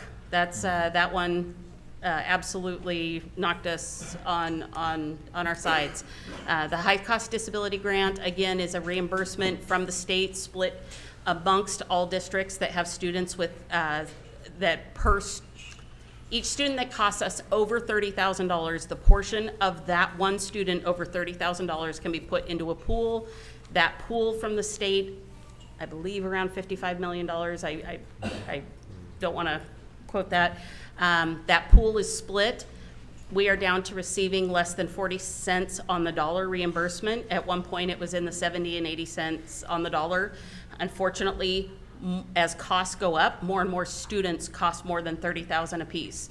So that is in legislature. I know it's being discussed at the state level to try to get that threshold higher so that the reimbursement can be closer. But So this would make, good to see you, Brandon, by the way. So that 1.635 mil is not a number that we can really change. This is the need of the students that we have, correct? that was a projection of what was anticipated to be received from the state. And Hey. Josh, if I can jump in just to point out, we didn't expect to be paying back $500,000, and so we were budgeting based on what we actually had received, at least in part. But that wasn't really your question, but I just wanted to point Yeah. out that fact. Okay, and then I guess on the, and I'll be done, because I know we got a lot of people probably wanted to talk tonight, and I don't want to take too much time. But when I see items on the expenses that we weren't even budgeting for, then we did it, how does that work? Like, There are a couple of items that have no budget. Let's use expense code. let's just do the kindergarten, pre-K, 1140. There's nothing there, yet we're in the hole, almost 100,000. So I'm just confused. Did we implement a program that we had no money to pay for? The preschool program was expanded for this year, and the grant is not covering the full cost of that program. So my projected expense of $94,000 is the portion of that program that I do not anticipate the grant will cover. So, okay. So that is why I put it in as a projected expense, as I've been analyzing each of those other funds. Again, that is one of those other funds. We we've got to take care of those expenditures and then analyze our programs to align them with the funds that are available. At budget time, did they not anticipate, we didn't think we would have to pay for any of it? It was all gonna be taken care of for the grant? How, I think what Josh is getting at, how come there was no number there to begin with? Or do you even know? We don't really have it. We don't know. Yeah, I mean, okay. We don't know. Yeah. Yeah, okay. Yeah. We're not, yes. Tim, you were not in the seat that you currently sit. Yeah, right. People need I don't want to put you in understand the hot seat, I The hope apologize. would be that all of our grant programs are fully self-sufficient. Okay. The hope would be that all of our other funds are fully self-sufficient. Okay. And we continue to analyze programs to resolve this from happening moving forward. Yeah. And that's part of the work that we'll be doing to build a budget with all of these codes in there. And again, taking our best estimate. Right. I want to remind people that we also have an ending fund balance for things that are things we don't know are going to happen. There are definitely unknown unknowns. We did not know that highest cost disability, this is statewide, everybody's taking a hit on this, every agency as well, that we were going to come in at such a low number on the dollar. 40 cents on the dollar is really hurting people across the state. Yeah. And yes, the costs have gone up, so more kids are qualifying for beyond the $30,000, and it's a huge hit. And so even every district has seen this because nobody had planned for this to be that way. But those are the kind of things that we have to plan some wiggle room there. So when things come up from a 22-23 school year, now we're paying the price for it. You know, and those are the kind of things that come up over time. So that's important. But we'll be budgeting all of those things. And these would be great questions for the budget committee to ask as we go through and look at these kind of line items. And We will highlight any of them that we think are wonky or that we want to discuss for sure. Yeah, and no, appreciate that. And the excellent questions as well. I was going to use function 1224 as an example. Yeah. We budgeted in 1220 for the restrictive programs with students, but to properly assess our expenditures, we have started breaking out the expenses that are attributable to our program that it is considered life skills with nursing. We need to know where the expenses are to be able to properly analyze it. So while 1.5 was budgeted for the function 1220 and nothing was budgeted for 1224, 1224 is considered a child of the parent 1220. That's how the state builds these. Essentially, the $360,000 under budget plus the $754 over budget puts that program closer to, you know, the $400,000. Still over budget, yes, that is our trend, but that is a note that's already in the 24-25 budget. Those will be budgeted separately. So in light of time, I want to move on and let you guys know that also on Board Book is the updated enrollment report as of May 1. We're showing a loss of 10 students over the past month, primarily at the high school level. That is not uncommon as the school year comes to close. The next item on the agenda that I've listed for you are for informational purposes, additional documents regarding the tax anticipation note. This is the rating. Standard & Poor's Investment Service is required to provide a rating on any kind of note that's sold on the municipal market. So the rating document is in there. They did provide the TAN pool an SP1 rating, which puts us in the highest credit quality category. There is some narrative in those documents that explains why. Basically, they know people have to pay property taxes and the revenue is going to come in. So investing in municipal notes is very, I don't want to speak on behalf, but it's usually a strong capacity to repay principal and interest. So whether it's a Moody's rating, a Standard & Poor's rating, or a Fitch rating, we did fall into the superior credit quality with the other 3 districts that are in there. And I would like to move to public comment now, so maybe if we have questions about Perfect. the TAN, we can come back to them, because we did promise that we would do public comment after the financials. Oh, So I apologize. no, on it's that. no. Thank She was you. on a roll. No, you apologize for nothing, Kim. So let's go ahead and the staff are going to draw the card out of the envelope and announce who the speaker is going to be. and then they'll come forward to give their comment.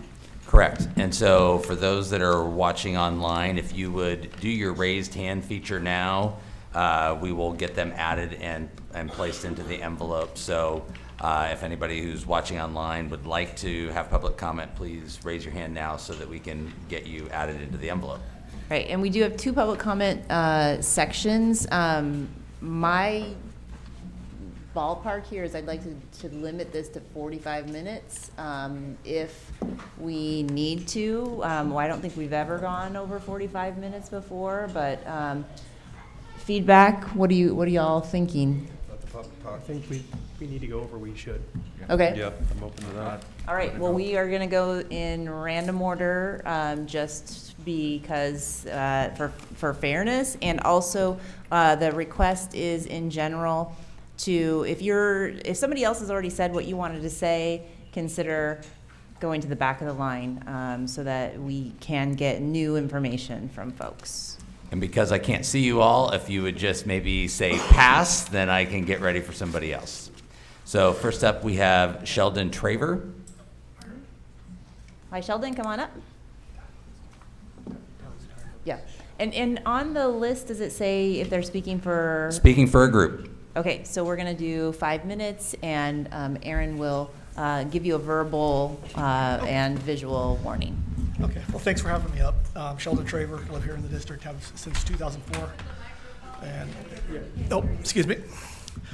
So I'm here to make certain the school board understands the importance of the arts to kids in the school district and the community.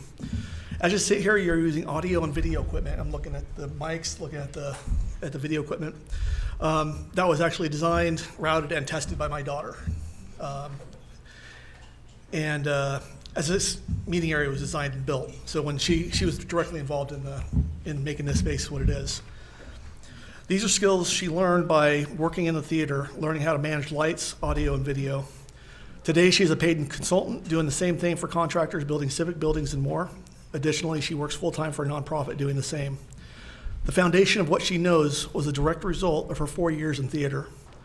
My youngest daughter is currently a sophomore, and her, along with a majority of theater kids and many just passing through. For her, it's more than just theater, but a place where she is building relationships with others who share her interest and passion. Like it did for my eldest daughter, it's teaching them skills they can use throughout their lives. You have some very difficult decisions ahead of you, and I don't envy your jobs right now. That said, my hope is that you will continue to fund a theater teacher and reasonably allow a budget for theater performances. There's a lot of apprehension right now because we know Mr. O is just on the verge of retirement. And so the kids are really worried that they're not going to have something next year. If cuts do need to be made in any of the arts programs, and I do stress band, choir, I want to include kind of the whole group, they should be matched by equal financial cuts to sports programs. This is how important drama, choir, and band are to the students that participate in these programs. Thank you. I just want to follow up because I want to make sure that clarity is here, and we don't do this for every single comment, but the drama position, I asked the superintendent because this has come up. There's no plans right now not to fill that position. Okay, So that's great to hear. My daughter will love that. Thank you. Thank you. Next up, we have Solomon Moore representing a group. Solomon? Yes. Harmony? And Madam Chair, if people who are speaking for a group would identify the group, I would appreciate that. Okay. My name is Harmony Moore, and I'm a Silverton resident and an Evergreen parent of 6. I am reading a prepared statement on behalf of Evergreen's Parent-Teacher Club. The statement is as follows. We, the EPTC, are deeply concerned about the proposal to suspend operations at Prattham and Evergreen, and so bring before you the following considerations. First, the long-reaching consequences. You have before you the very difficult task of reducing our district budget by $8.8 million. This is a terrible undertaking that will painfully impact every single person in our district, including us. We have great expectation, however, that this is a temporary season, and so we ask the board to execute profound caution when considering any money-saving strategy that will have long-lasting and irreversible consequences. Of all of the ideas presented to the board, the closure of Evergreen and Prattam has the most potential to divide our district and to make it difficult for the district to move forward. Trust levels are at an all-time low. We fear that this will end any hope for unity for years to come.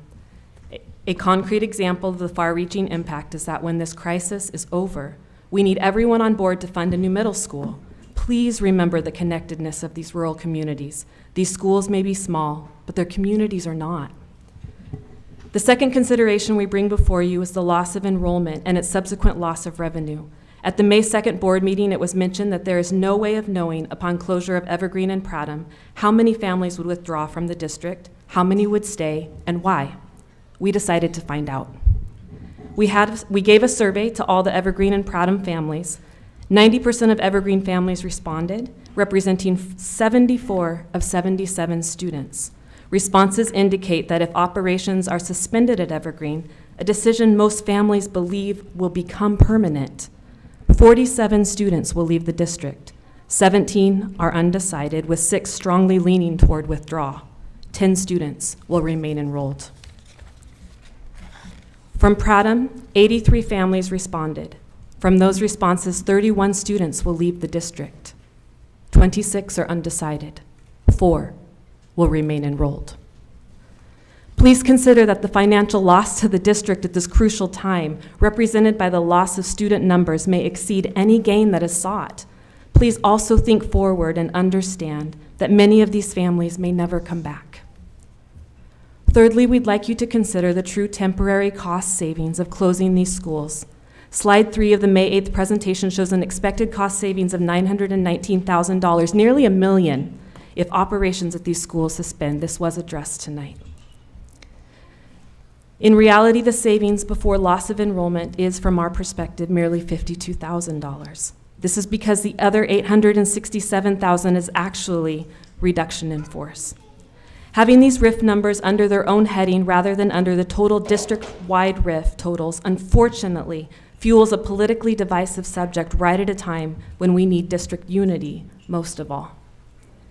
It is said that closing these schools will save the jobs of about 10 teachers, when in reality the same amount of teachers and staff will be cut whether these schools close or not. Because the majority of these teachers at Evergreen and Prattam have seniority, their jobs are likely to be saved, displacing teachers in other buildings. Please understand that the true financial savings of suspending these schools is, again, only $52,000 in maintenance, and this will be negated by loss of enrollment. $52,000 is nothing to sniff at in times of crisis, but it's not $1 million. It's also a number that can be reduced by volunteer involvement and parent club donations. Finally, we ask that you consider the social, emotional impacts on the students you have vowed to serve. Children are still recovering from the disruptions of COVID caused when they were pulled from their academic centers and disconnected from their community. Evergreen and Prattam are secure communities that exist right at the heart of these students' identities, communities made up of the people who know them best and who love them most. Communities are not something to suspend or disrupt or throw away. Please do not inflict another COVID-like disruption on the students of these schools. Please keep the schools intact, in operation, even with RIFs. Can we find a way for us, the adults, to solve the problems created by adults without placing the bulk of a burden on the shoulders of the children? We believe that we can. Please keep these schools open. Thank you, Harmony.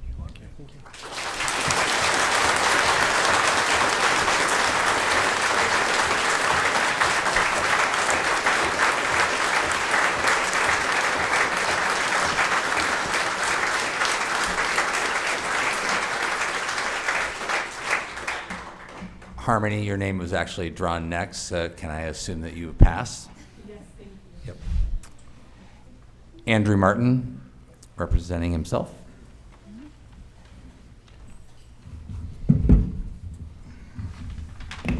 Andrew, we're going to give you 3 minutes. 3 minutes. We'll see if I can do it. There is a narrative that the small schools, especially Prattam and Evergreen, are costing the district money. I don't know how the storyline got started, but it's false, and I'm frustrated that people have repeated it without looking into the data. There's 11 schools I've been able to find information on: the high school, the middle school, Robert Frost, Mark Twain, Butte Creek, Victor Point, Scotts Mills, Central Howell, Silvercrest, Evergreen, and Prattham. While data from Bethany Community Roots, Sequoia Falls Academy, the CTP, and the preschool have been harder to find. A few stats. Prattham and Evergreen average 9.76 students per full-time employee, while the average for the entire district is 8.27 to 1. These two schools have the highest and fourth highest student to FTE ratio.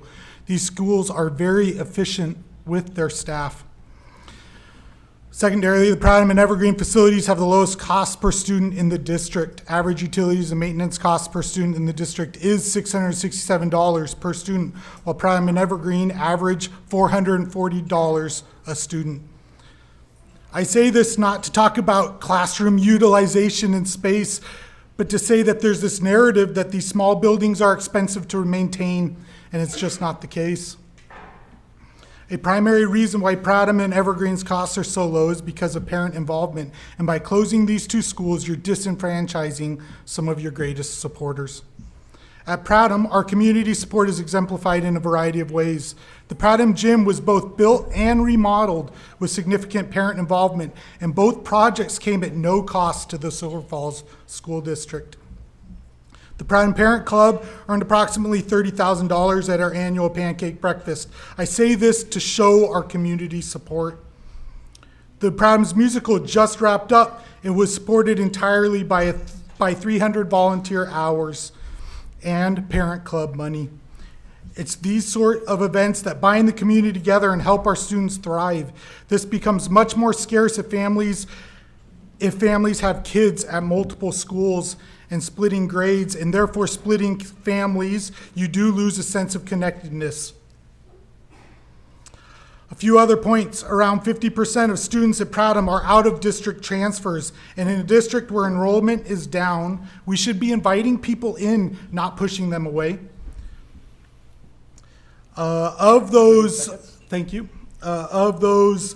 students that Harmony talked about, if Prattham students leave in full, that's upwards of $750,000 that leave the district just at Prattham.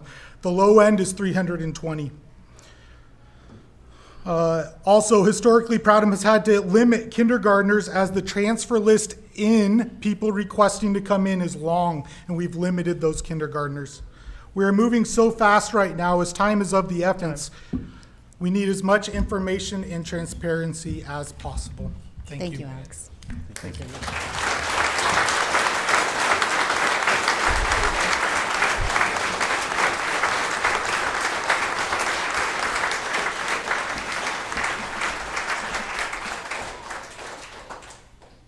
We had online Michelle Finnicle, but now her hand is not raised, so, oh, nope, she's been promoted. Daniel just promoted her. Thank you, Daniel. Do we know if Michelle's speaking for herself or for a group? Yeah, I'm just speaking for myself. Okay, we're going to give you a verbal 30-second time warning. Okay, thank you. First of all, sorry, I'm really sick, but this is super important, so I'm speaking here tonight. I want to thank Dr. Joe Morlock first for his time and energy in trying to come up with creative solutions for our district. I don't think that gets said enough. I also want to use this time more as like clarifying some questions I have about the 8B plan. And I think it's questions that a lot of people will have. So maybe Joe or the board could take some notes and get back to me on that. Some of the questions I have about 8B is, how are these classes made up in order to meet class size equity decided? So who gets to determine which kids go to which school and how that happens? How disruptive will this be to parents? Is there possibilities that there'll be a first grader at Central Howell and a kindergartner at Prattham, for example? And is this really less disruptive than perhaps suspending a school and having them join a school community and be there for the whole time? How far will children travel to create these classes? Because I know seat time in the bus is super important, and you guys have talked about that a lot. Does the option of 8A allow for more time and quantity of specials like music and PE because there's less travel for the specials teacher and because there's less sites that the travels teacher is going to. So in other words, are we giving up more class time for the arts and PE and all those specials in order to keep the two schools? Does the option of 8A allow teacher collaboration time as well? I noticed he said that the schedule is difficult for specials that have to travel, but if we were to suspend Pradham and Evergreen, would that allow us to keep our early release so teachers have that special time in order to collaborate? I was a teacher. I know how important that is to collaborate with other teachers and to get that data. So those are like my main questions, just to fully flesh out the conversation. I think it's stuff that needs to be addressed. I sympathize with all parents for Evergreen and Pradham. My daughter was in the process of going to Eugene Field and went to Mark Twain, and the bathrooms weren't set up for them at the time, and teachers had to have them use the bathrooms because they were bigger. She's out of middle school now. That should be condemned. So, you know, I feel the pain of that sacrifices that you have to make. But I just think we just need to look at this fully. And thank you for having the conversation around class equity, because that needed to happen a really long time ago. That's it. Thank you. Thanks, Michelle. Thank you.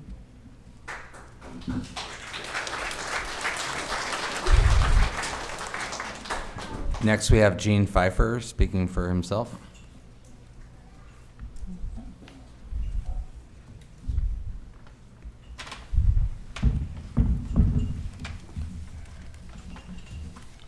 Thank you. I'm Gene Pfeiffer, and I'm a member, or was a member of the school budget committee for 25 years. Most of the time I was the chairman. I was also the chairman of the high school relocation in 99 and in 93. I graduated from OCE like many of these good folks that are here. The problem that we're having, this discussion, you're focused on cutting. You're trying to cut the 8.8, and you don't need to. I've been lobbying you for the last 2 weeks about how we can do it with a funding source that's available by the state. And all you folks, if you're listening, go to Oregon School Bond Manual, Chapter 3. Chapter 3 is about financing, and it allows the school board to, on its own vote, borrow money. And that could be $50,000 or $50,000. It could be $50 million. It's allowed. These things will last for anywhere from 5 to 15 to 20 years. It can be for all kinds of purposes. And there's two ORSs involved with this. I'm not going to read the whole thing, it takes too long. 332 talks about equipment and services, and ORS 271 speaks of financing. So we can finance a problem we have rather than cutting 100% of the 8.8. We can cut 17%. That'd bring it down to about 7.5 million. And that can be amortized annually at about 1.5 million and paid off in 6 years at 6%. Now, it may vary what the percentage will be, but this is available. The bond, I have a document that I sent to the board today and asked them to make a motion tonight to look into it. I hope that they get to that point, but we need to be looking at it rather than cut. The heading I have on my notes says sacrifice. Where's the sacrifice? I hear the board comment, all together in this tonight. We're not all together in this. Who's the people that are sacrificing? The teachers are, the students are, and big cuts coming up, and we're going to wipe out a system that we have that's very valuable. And we need to look at this funding source and do it right away. The instructions are clear what to do with it, and in my last few seconds I'm going to read from the one statute what we can do with this fund. shall furnish the schools with supplies, equipment, apparatus, and services essential to meeting the requirements of a standard school, and may furnish other supplies, equipment, apparatus, and services as the board considers advisable. This is something that'll take maybe a couple of months to do, but you can start the process now before the end of May. That's time. And that way the people, the teachers would know what's coming off rather than this, we're floundering around. We need to do this. Thank you. Thank you, Jean.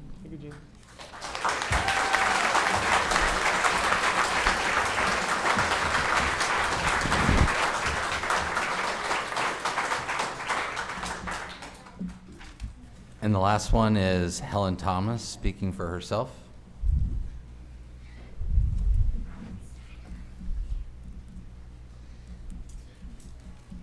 Hello, Helen.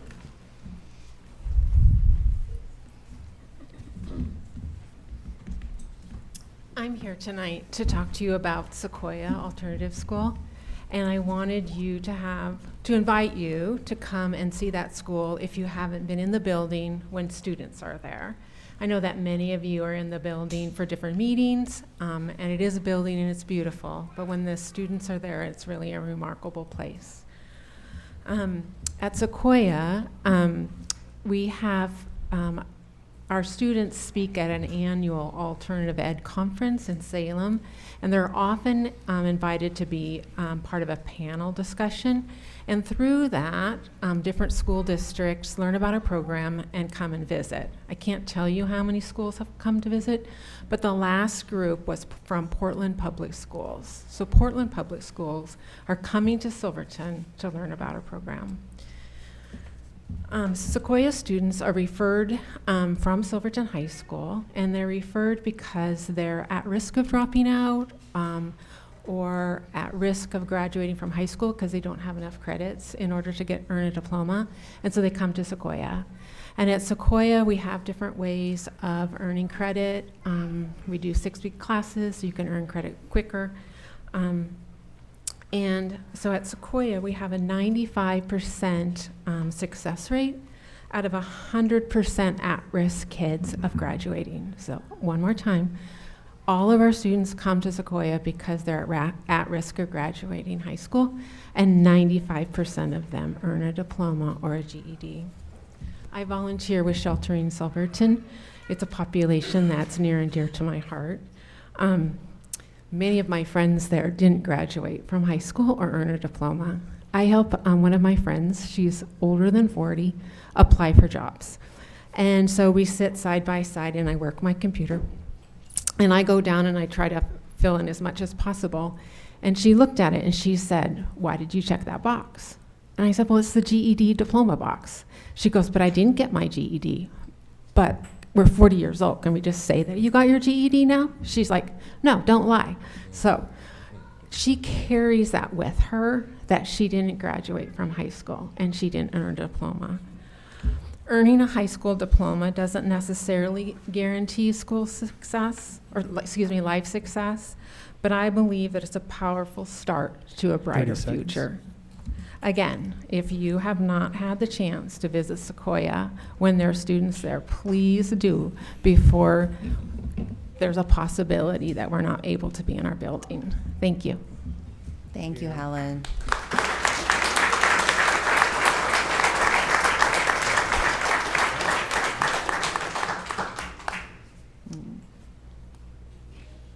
No more cards? No, and no one else online. Wow. We did not need 45 minutes. All right, we're going to move on then to the tax anticipation note. Kim introduced the documents that are attached to Board Book. Now would be the time for us to get clarification, if we want, on any of those documents.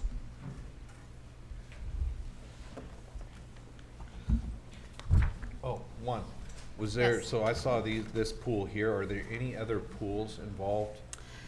You know, Like- I wondered the same thing because the original pool included some community colleges as well. So I'm not sure if there was a separate pool broken off or not. Those are the original school districts that were part of the pool.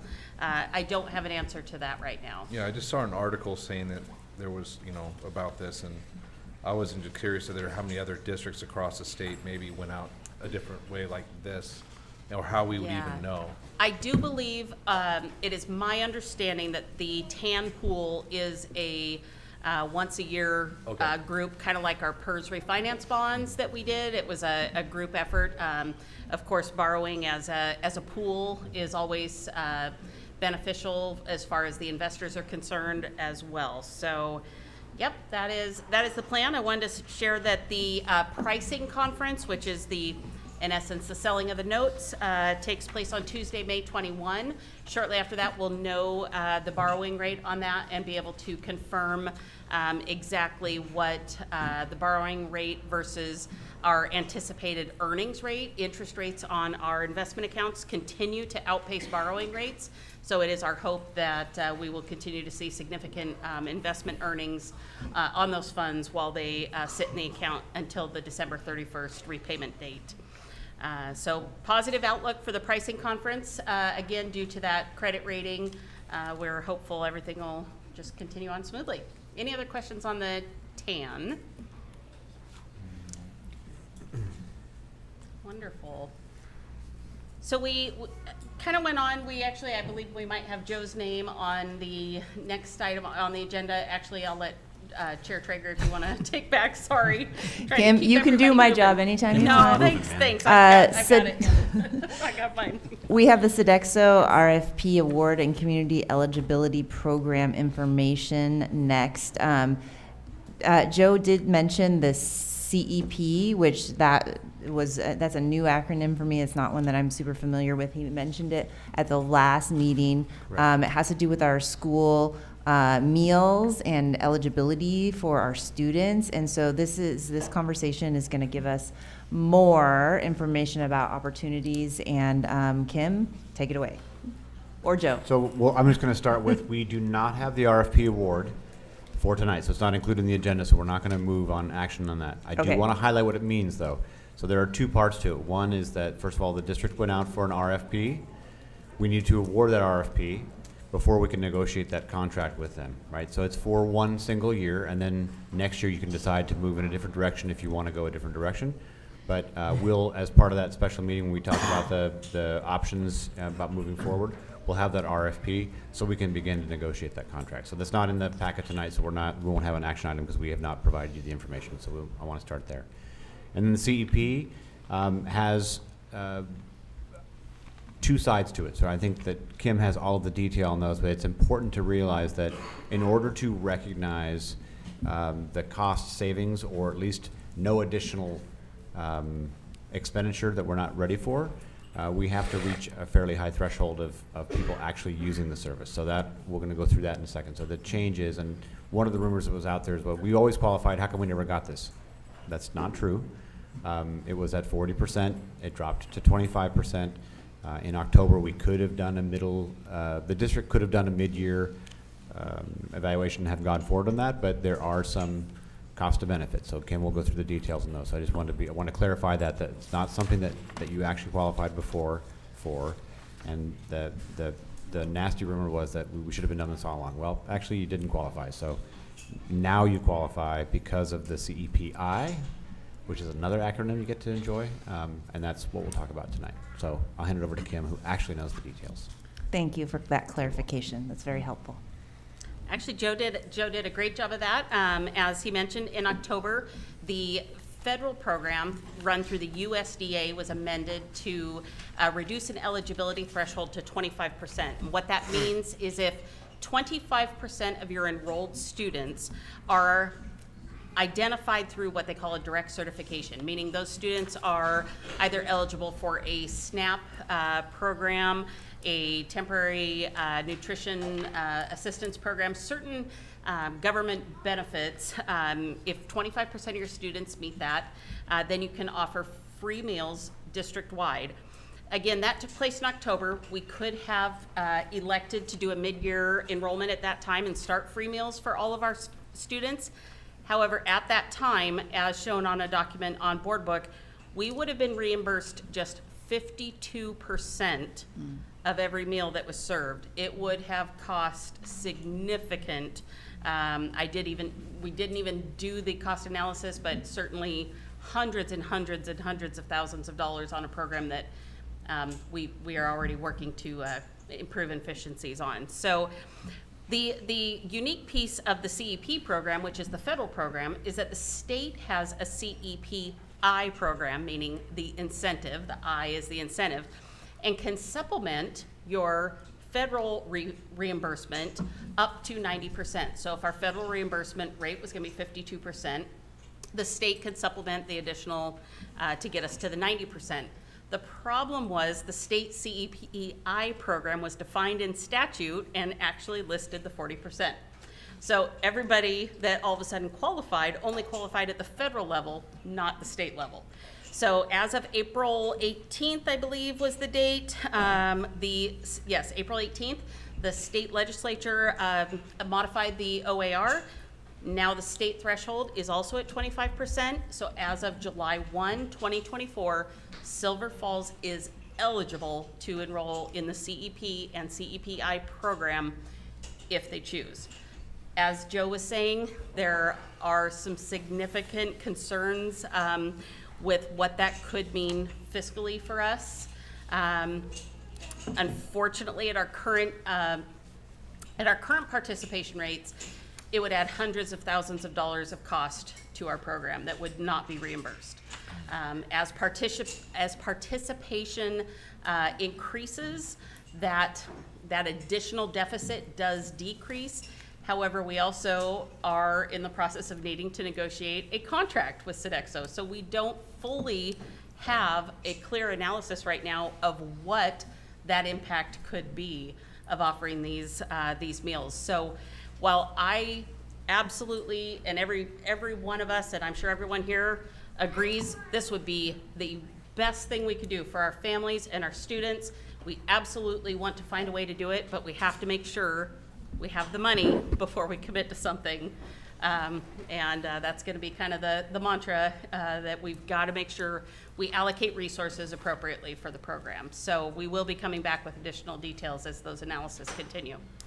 So what we can do for now is read the attachment, make sure that we understand it as well as possible, because this does sound complex, so that we can come back and try to make decisions as we get more information. I have a couple, is that fine? Of course. Do we know what, so the way I understand this, just in my caveman brain, is there's a certain amount of people that have to participate in this program for it basically not to affect us negatively. Is that correct? Do we know My what? early analysis is indicating that there is an economy of scale, meaning Okay.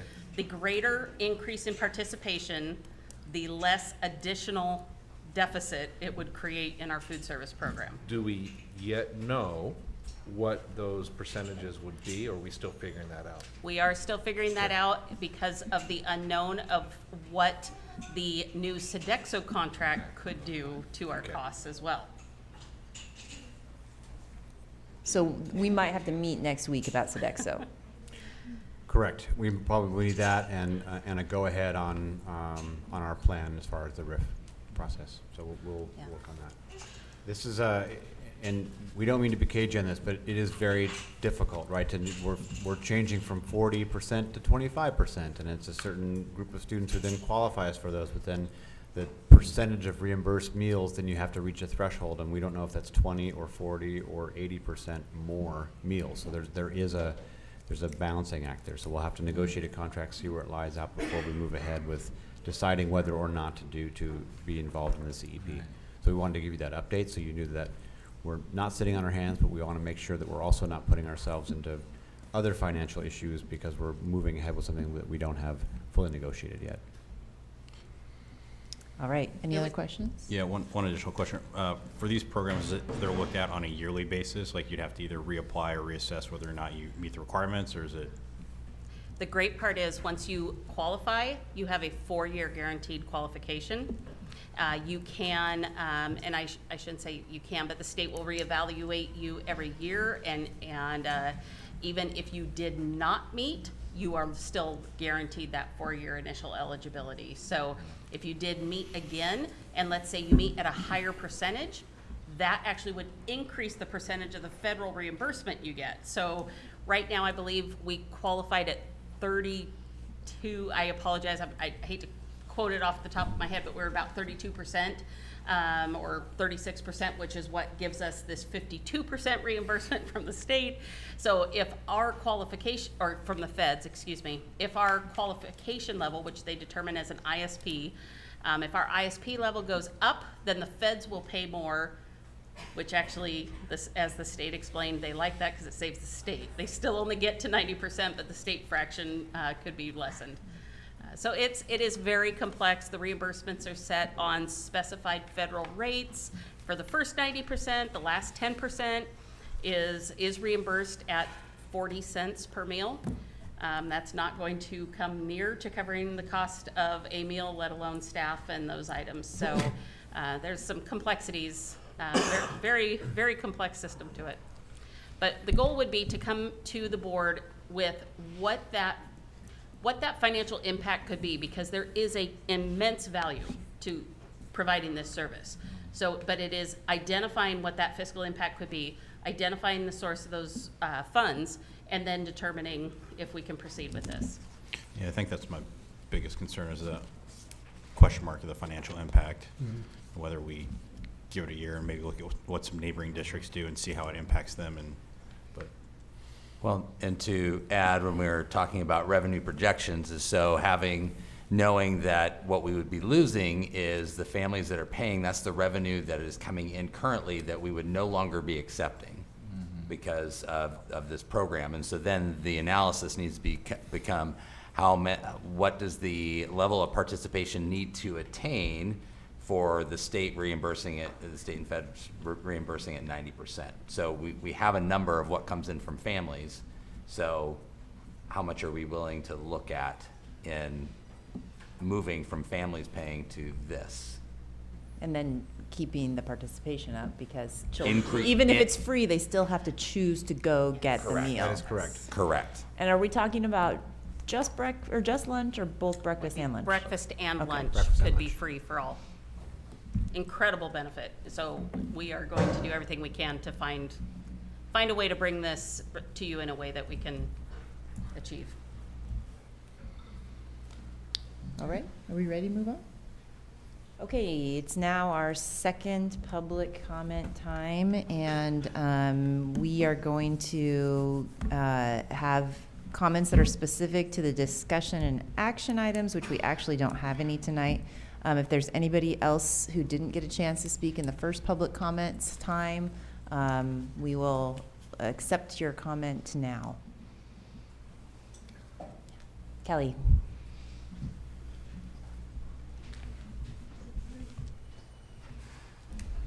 Thank you.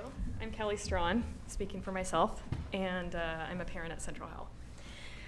So I'm actually just following up with some questions that were asked earlier and wondering this option 8B, what that looks like, and what when we'll have answers to those questions. I would hate to see, I would have spoken against suspending operations at Evergreen and Prattam as well, even though I'm not a parent there. So I'm not saying that I would rather have option 8A, but if you trade that for something else, whatever the something else is, without us really understanding that, if it's not a decision that's in line with the values of these communities, and I would hope the district as a whole, but especially the rural communities, then I'm not really sure that you come out ahead, and maybe then you still have the impact of people leaving the district or being disenfranchised. And so I'm kind of wondering, a speaker earlier asked several questions, and I know it's kind of the protocol that you hear people's feedback at this time and then you just proceed with the meeting. But when will we get answers to these questions? And I guess because you expected 45 minutes of public comment and didn't have that, even though it is getting late, is it possible for you to expand on what that might look like? I mean, families with multiple kids, are we going to have, am I going to be dropping off a kindergartner at Prattham and a third grader at Evergreen and, a sixth grader at Central Howell, and then circling back around to pick everyone up? The things that we value about being in our schools, and I don't think this is a rural and town thing. I think this is parents in this district value being able to be in their kids' classrooms, know the teachers, know the communities, whether you're at Robert Frost or Central Howell or Butte Creek. And so how can we keep that intact? And what is that going to look like, I guess, is the question that I don't think I'm the only one who has it. Someone else already asked some of these questions. But I hope that we're not just going to present our questions and then we don't hear anything until the next update, and the next update is, here's what we're doing. 30 this seconds. is how we're proceeding. We've made the decision. Because we should really have an opportunity to keep giving feedback about what's happening with our kids and our schools.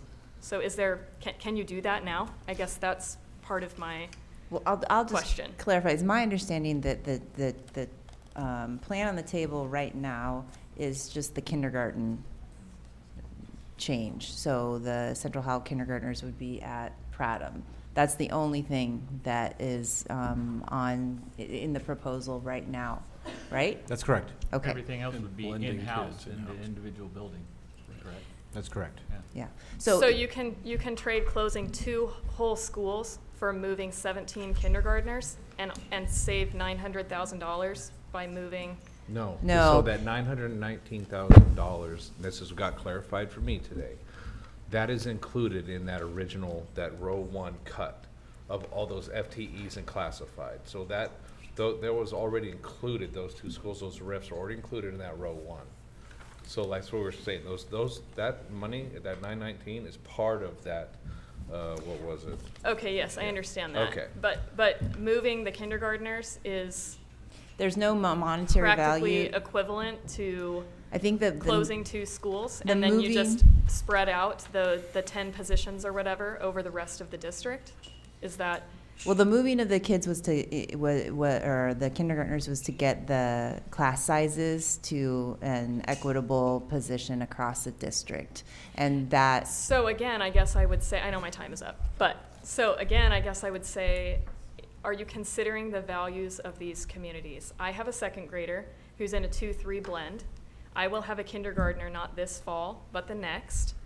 I want my kids at the same school, and it's not just about what I want, but I would rather, again, I'm speaking for myself, but I think that you would find this might be true across some of these communities, that I would rather have more blends or get to the big enough class sizes in a different way where we get to keep our school communities intact. So you can find equitable class sizes within the school community versus having to move kids around. Yeah. And Kelly, I really always appreciate everything you say and bring. I can tell you what next year's probably going to look like, and I'm putting myself on a limb, and I'm speaking basically only for myself and opinion. When you change a district as much as we're about to, every school community is going to change, period. Because people are going to lose some of their favorite teachers, and they were only a first year, second year, third year. Or maybe a teacher retired and came back and they were excited to have them and they're gone because of the continuation policy. Every school in this district is going to suffer from this. But we can also build and come together, which I know we can do. Our teachers are going to need us more than we've ever had them. Or they're going to need us more than they've ever needed to. Because those ones that are still there are going to be grieving because they lost their friends. And they're, God forbid students withdraw, or the students are going to be sad because of all that too. We're going to have to step up to help everybody. As if your school or somebody else's school, I know a lot of people do a lot of good work here of staffing the snacks for the teachers. Our community is going to need a support. They need to stop fighting. We need to come together, move forward for our kids because they demanded of us. So next year is going to be hard. It's going to be hard next week too, or the week after when the names finally get released. There's going to be another time of grieving there and anger We will get through it. But every school community, in town, out of town, shoot, even the whole town is gonna feel this. So. Answer, thank you, Josh. I think that's very well said. To answer Kelly, just to follow up, I have your email and I have Michelle's email, and I'll pass them on to Joe, and we'll see what kind of response we can come up with. Anybody else? Oh, come on up. Stephanie Monty. Any other information you need? Yeah, just speaking for yourself? Yep, just Okay. myself. 3 minutes. I wasn't planning on talking, but I was just given this document that shows class sizes, and we were emailing about class sizes today. And so we were talking about equitable class sizes.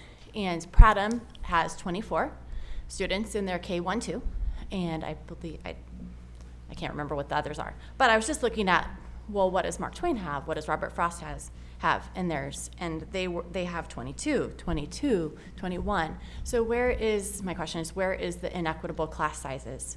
I understand that class sizes are going to increase next year, and I'm okay with that. And speaking to Kelly, I had 3 of my children went to kindergarten at Central Howell at that time, and that worked out okay. I mean, and then they were really happy to come back. And so for 1 year, we can make some sacrifices. I mean, we did it then, and it would be okay. So thank you for your 8B option. Thank you. And I am assuming that the numbers for next year is what they're talking. Yeah, that's what he's trying to figure out, is what it will look like next year. Yeah. Anybody else? Come forward, please. The greatest shirt in the room, greatest just so we're really shirt. clear. Oh my gosh, yeah. Those of you old enough to That is remember awesome. the peachy, Yeah. if you've not seen the front. They're Sorry, I had to comment on that. $29.95, and half of it goes to the school, so we'll start with this one. So we're gonna My ask- name is Mike Ashland, and I'm not speaking for anyone but myself, and maybe a few and you live grandparents. in the district. We just need to establish I am in the district, that. absolutely. Okay.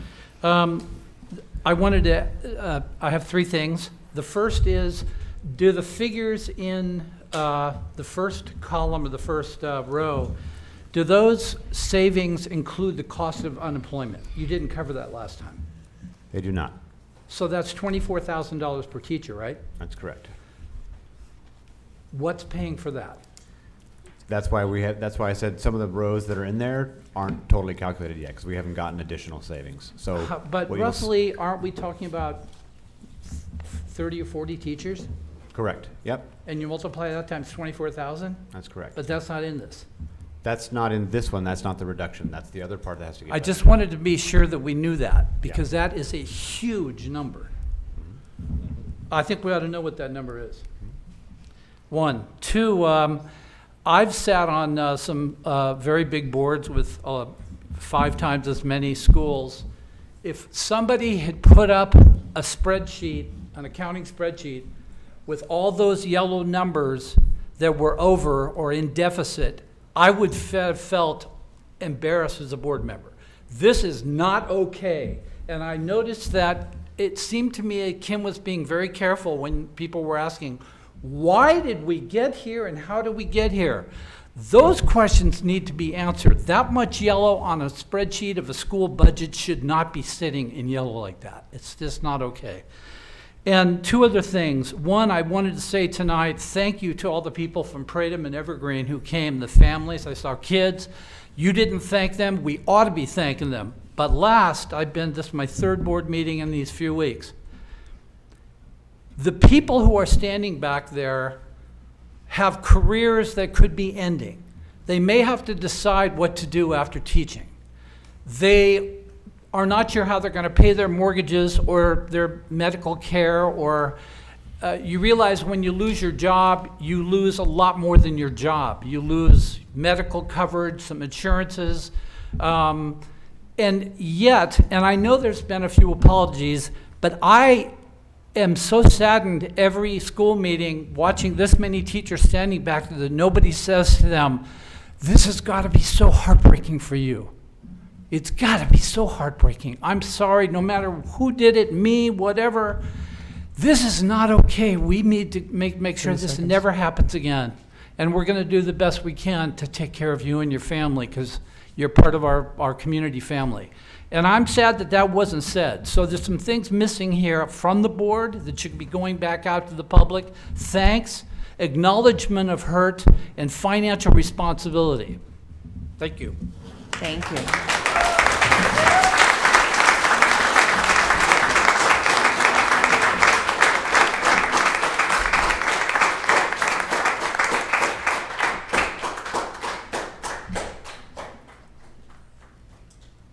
Is there anybody else?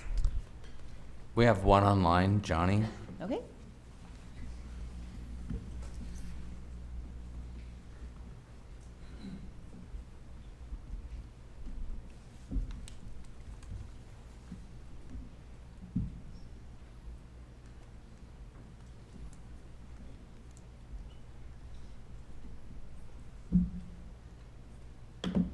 Everybody hear me okay?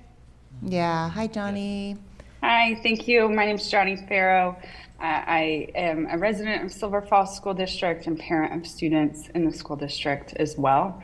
I wanted to thank the board for their creative thinking tonight around the discussion around two of our rural school populations, and just appreciate the extra attention to those to try and think of new solutions to solving a difficult and complex issue. I also really appreciated the comments earlier by Helen Thomas about our alternative program in Sequoia Falls Academy. And it occurred to me that we're talking about the redeployment of student investment account dollars, and it's my understanding that those are in large part used to fund Sequoia Falls Academy. And so I spoke to this earlier this year, but wanted to remind the community of the students who are served there that 66 or 67% of those were dropout students or early leavers that the district recovered enrollment. That's also revenue, and a significant impact for students who are already disproportionately impacted by societal and a variety of other issues. 28% of those students are McKinney-Vento, 42% are LGBTQIA+, 83% are receiving mental health treatment as a result of that enrollment, 48% are special education or 504 services, 87% are credit deficient, 72% are low socioeconomic, and 22% are minority. And that our SIA funds were specifically targeted to help support those focal group populations. And as a former Silverton High School teacher and administrator, we worked very hard to try and close that graduation gap. And again, know those outcomes will be dramatically different if the services are adjusted. So I'm hoping that we can have some real transparent updates about how redeployment of those funds will impact Sequoia Falls Academy. Thank you. Thank you, Johnny. Thanks, Johnny. Any more? Anybody here?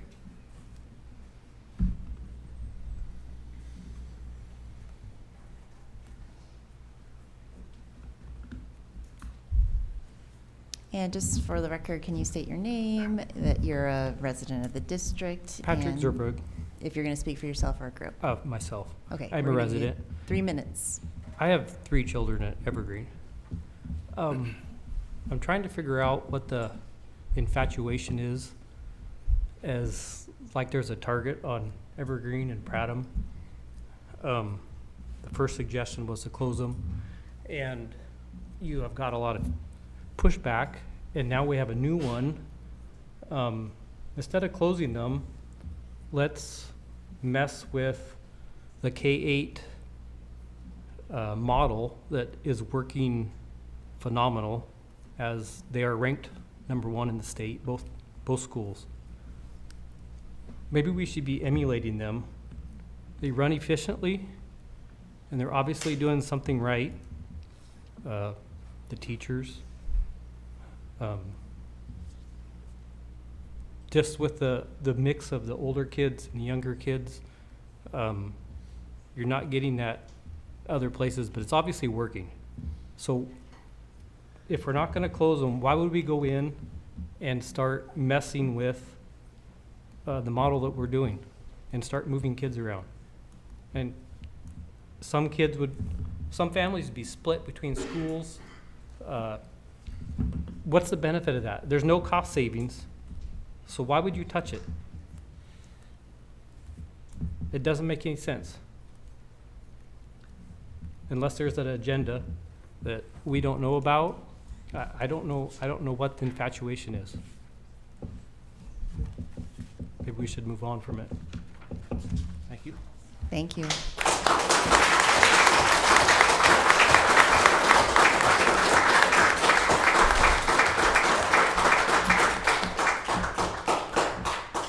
Anybody else in the audience want to speak? Solomon? Thank you. Real quick, I didn't, sorry, sit down first. Tell us who you are and what your relationship to the district is. My name is Solomon Moore. I am an alumnus of Evergreen School and Silverton High School. My family and many friends and members of the community that I am close with and near where I live attend Evergreen School. We're going to give you 3 minutes. Thank you. Okay, I was kind of watching all evening, and obviously there's a lot of support in this room for the K-8 schools, and especially Evergreen and Prattam School. And it might seem that nobody needs to come up and make any more points in favor of them, because so many people there's been so much support this evening, and it's been very good for me to see. But I want to address a couple specific questions, and they both involve why a person who is not a member of those specific communities, Evergreen and Prattam, why the people should support their existence and their preservation. And I think there are a couple different reasons, and one of them Mr. Zerbrug just touched on, which is that they're an exceptional model of how to go about elementary education. I firmly believe that the K-8 model is very beneficial to the development of the child.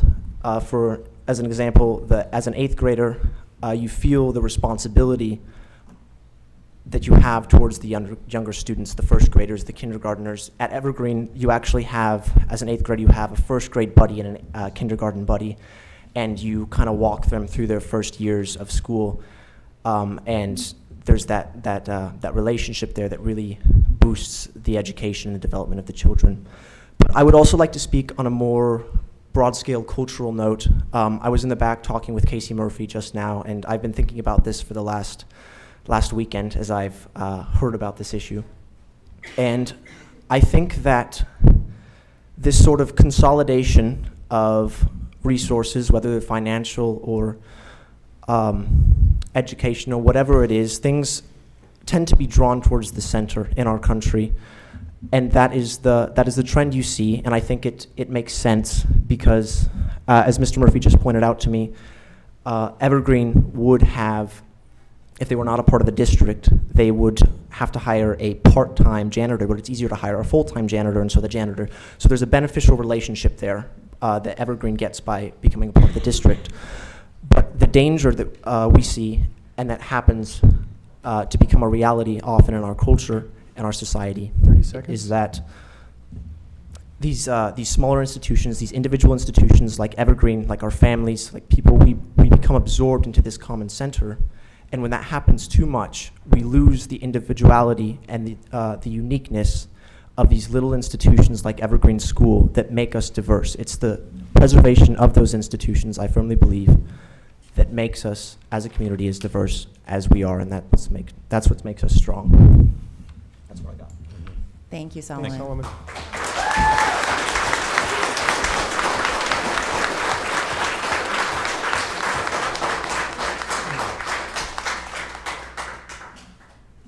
Anybody else want to come forward?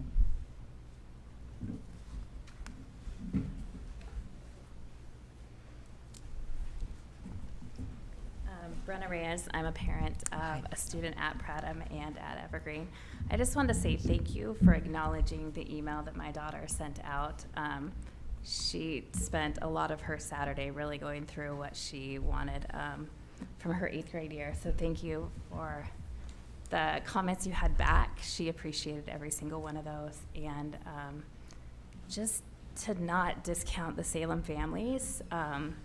We may be small, but a lot of us put in a lot of work to serve our schools and our teachers and the other kids. And so just wanted to say thanks for acknowledging her nervousness and scaredness about if she has a place or not. So thank you. Thank you, Brenda.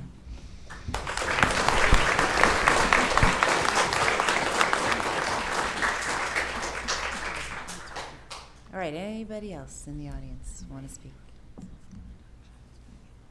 Anybody online? Okay, we're gonna move on then, but my screen is dead. Future engine item. Okay, so future agenda items requests. I'm just gonna review a few things that we have. So the one thing is that we've already talked about looking back at the action or inaction or circumstances that have led to the 2023-24 budget deficit. That's on our list. We're not doing that right now because our staff cannot handle anything else at this point. The other thing that we have on the list is potentially a financial committee discussion. So that's, again, on the list for future.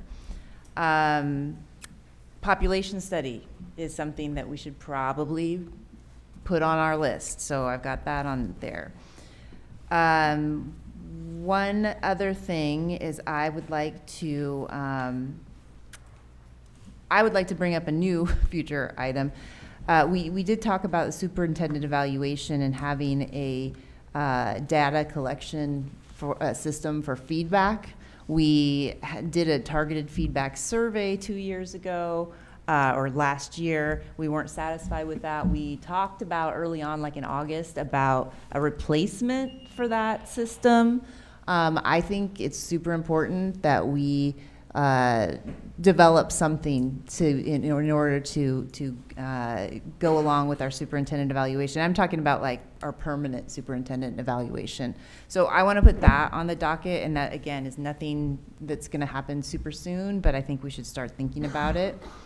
And the other thing is that I wanted to announce that our superintendent search timeline, as originally agreed upon, I think it said that we would be ending the process on May 17th. Well, that's not going to be the ending date. We have 2 executive sessions planned for next week that are superintendent search related. So I just wanted to update the community on that. Do we have to have a motion to change those dates? No, I don't even think we voted. No, that's flexible. Okay. Thank everybody for coming. It was great to have all of the children here tonight. I saw a lot of people looking at books, getting coloring sheets, and it was wonderful to have all the children here. I do want to acknowledge the hurt. The people are going to lose their jobs, and that's a big deal. People are going to be changing their buildings. That's also traumatic. So I take the comment that we got, that was, a thank you, acknowledgement of hurt, and the financial responsibility part we have on our list for a future item. We right now have to put all of our energy into getting that budget made. Is there anything else that we need to be talking about for a future agenda item? I just want to just follow up on a comment that you had made. I had personally, it does kind of bug me a little bit that, like the notion that we don't care. I emailed all the principals last week because I knew what they were going to have to do on Friday. And have to sit in a room together and figure out who to let go. It was none of their faults. Can't imagine how hard it is and how hard it's gonna be to have to tell them. But, I mean, that's between me and the principals, so, I don't know, maybe, we're not immune to the hurt and the emotion that's happening here. And so, to the principals that are here and still here, gosh, Lee, thank you for the hard work, and I'm so sorry you're going through it. We know.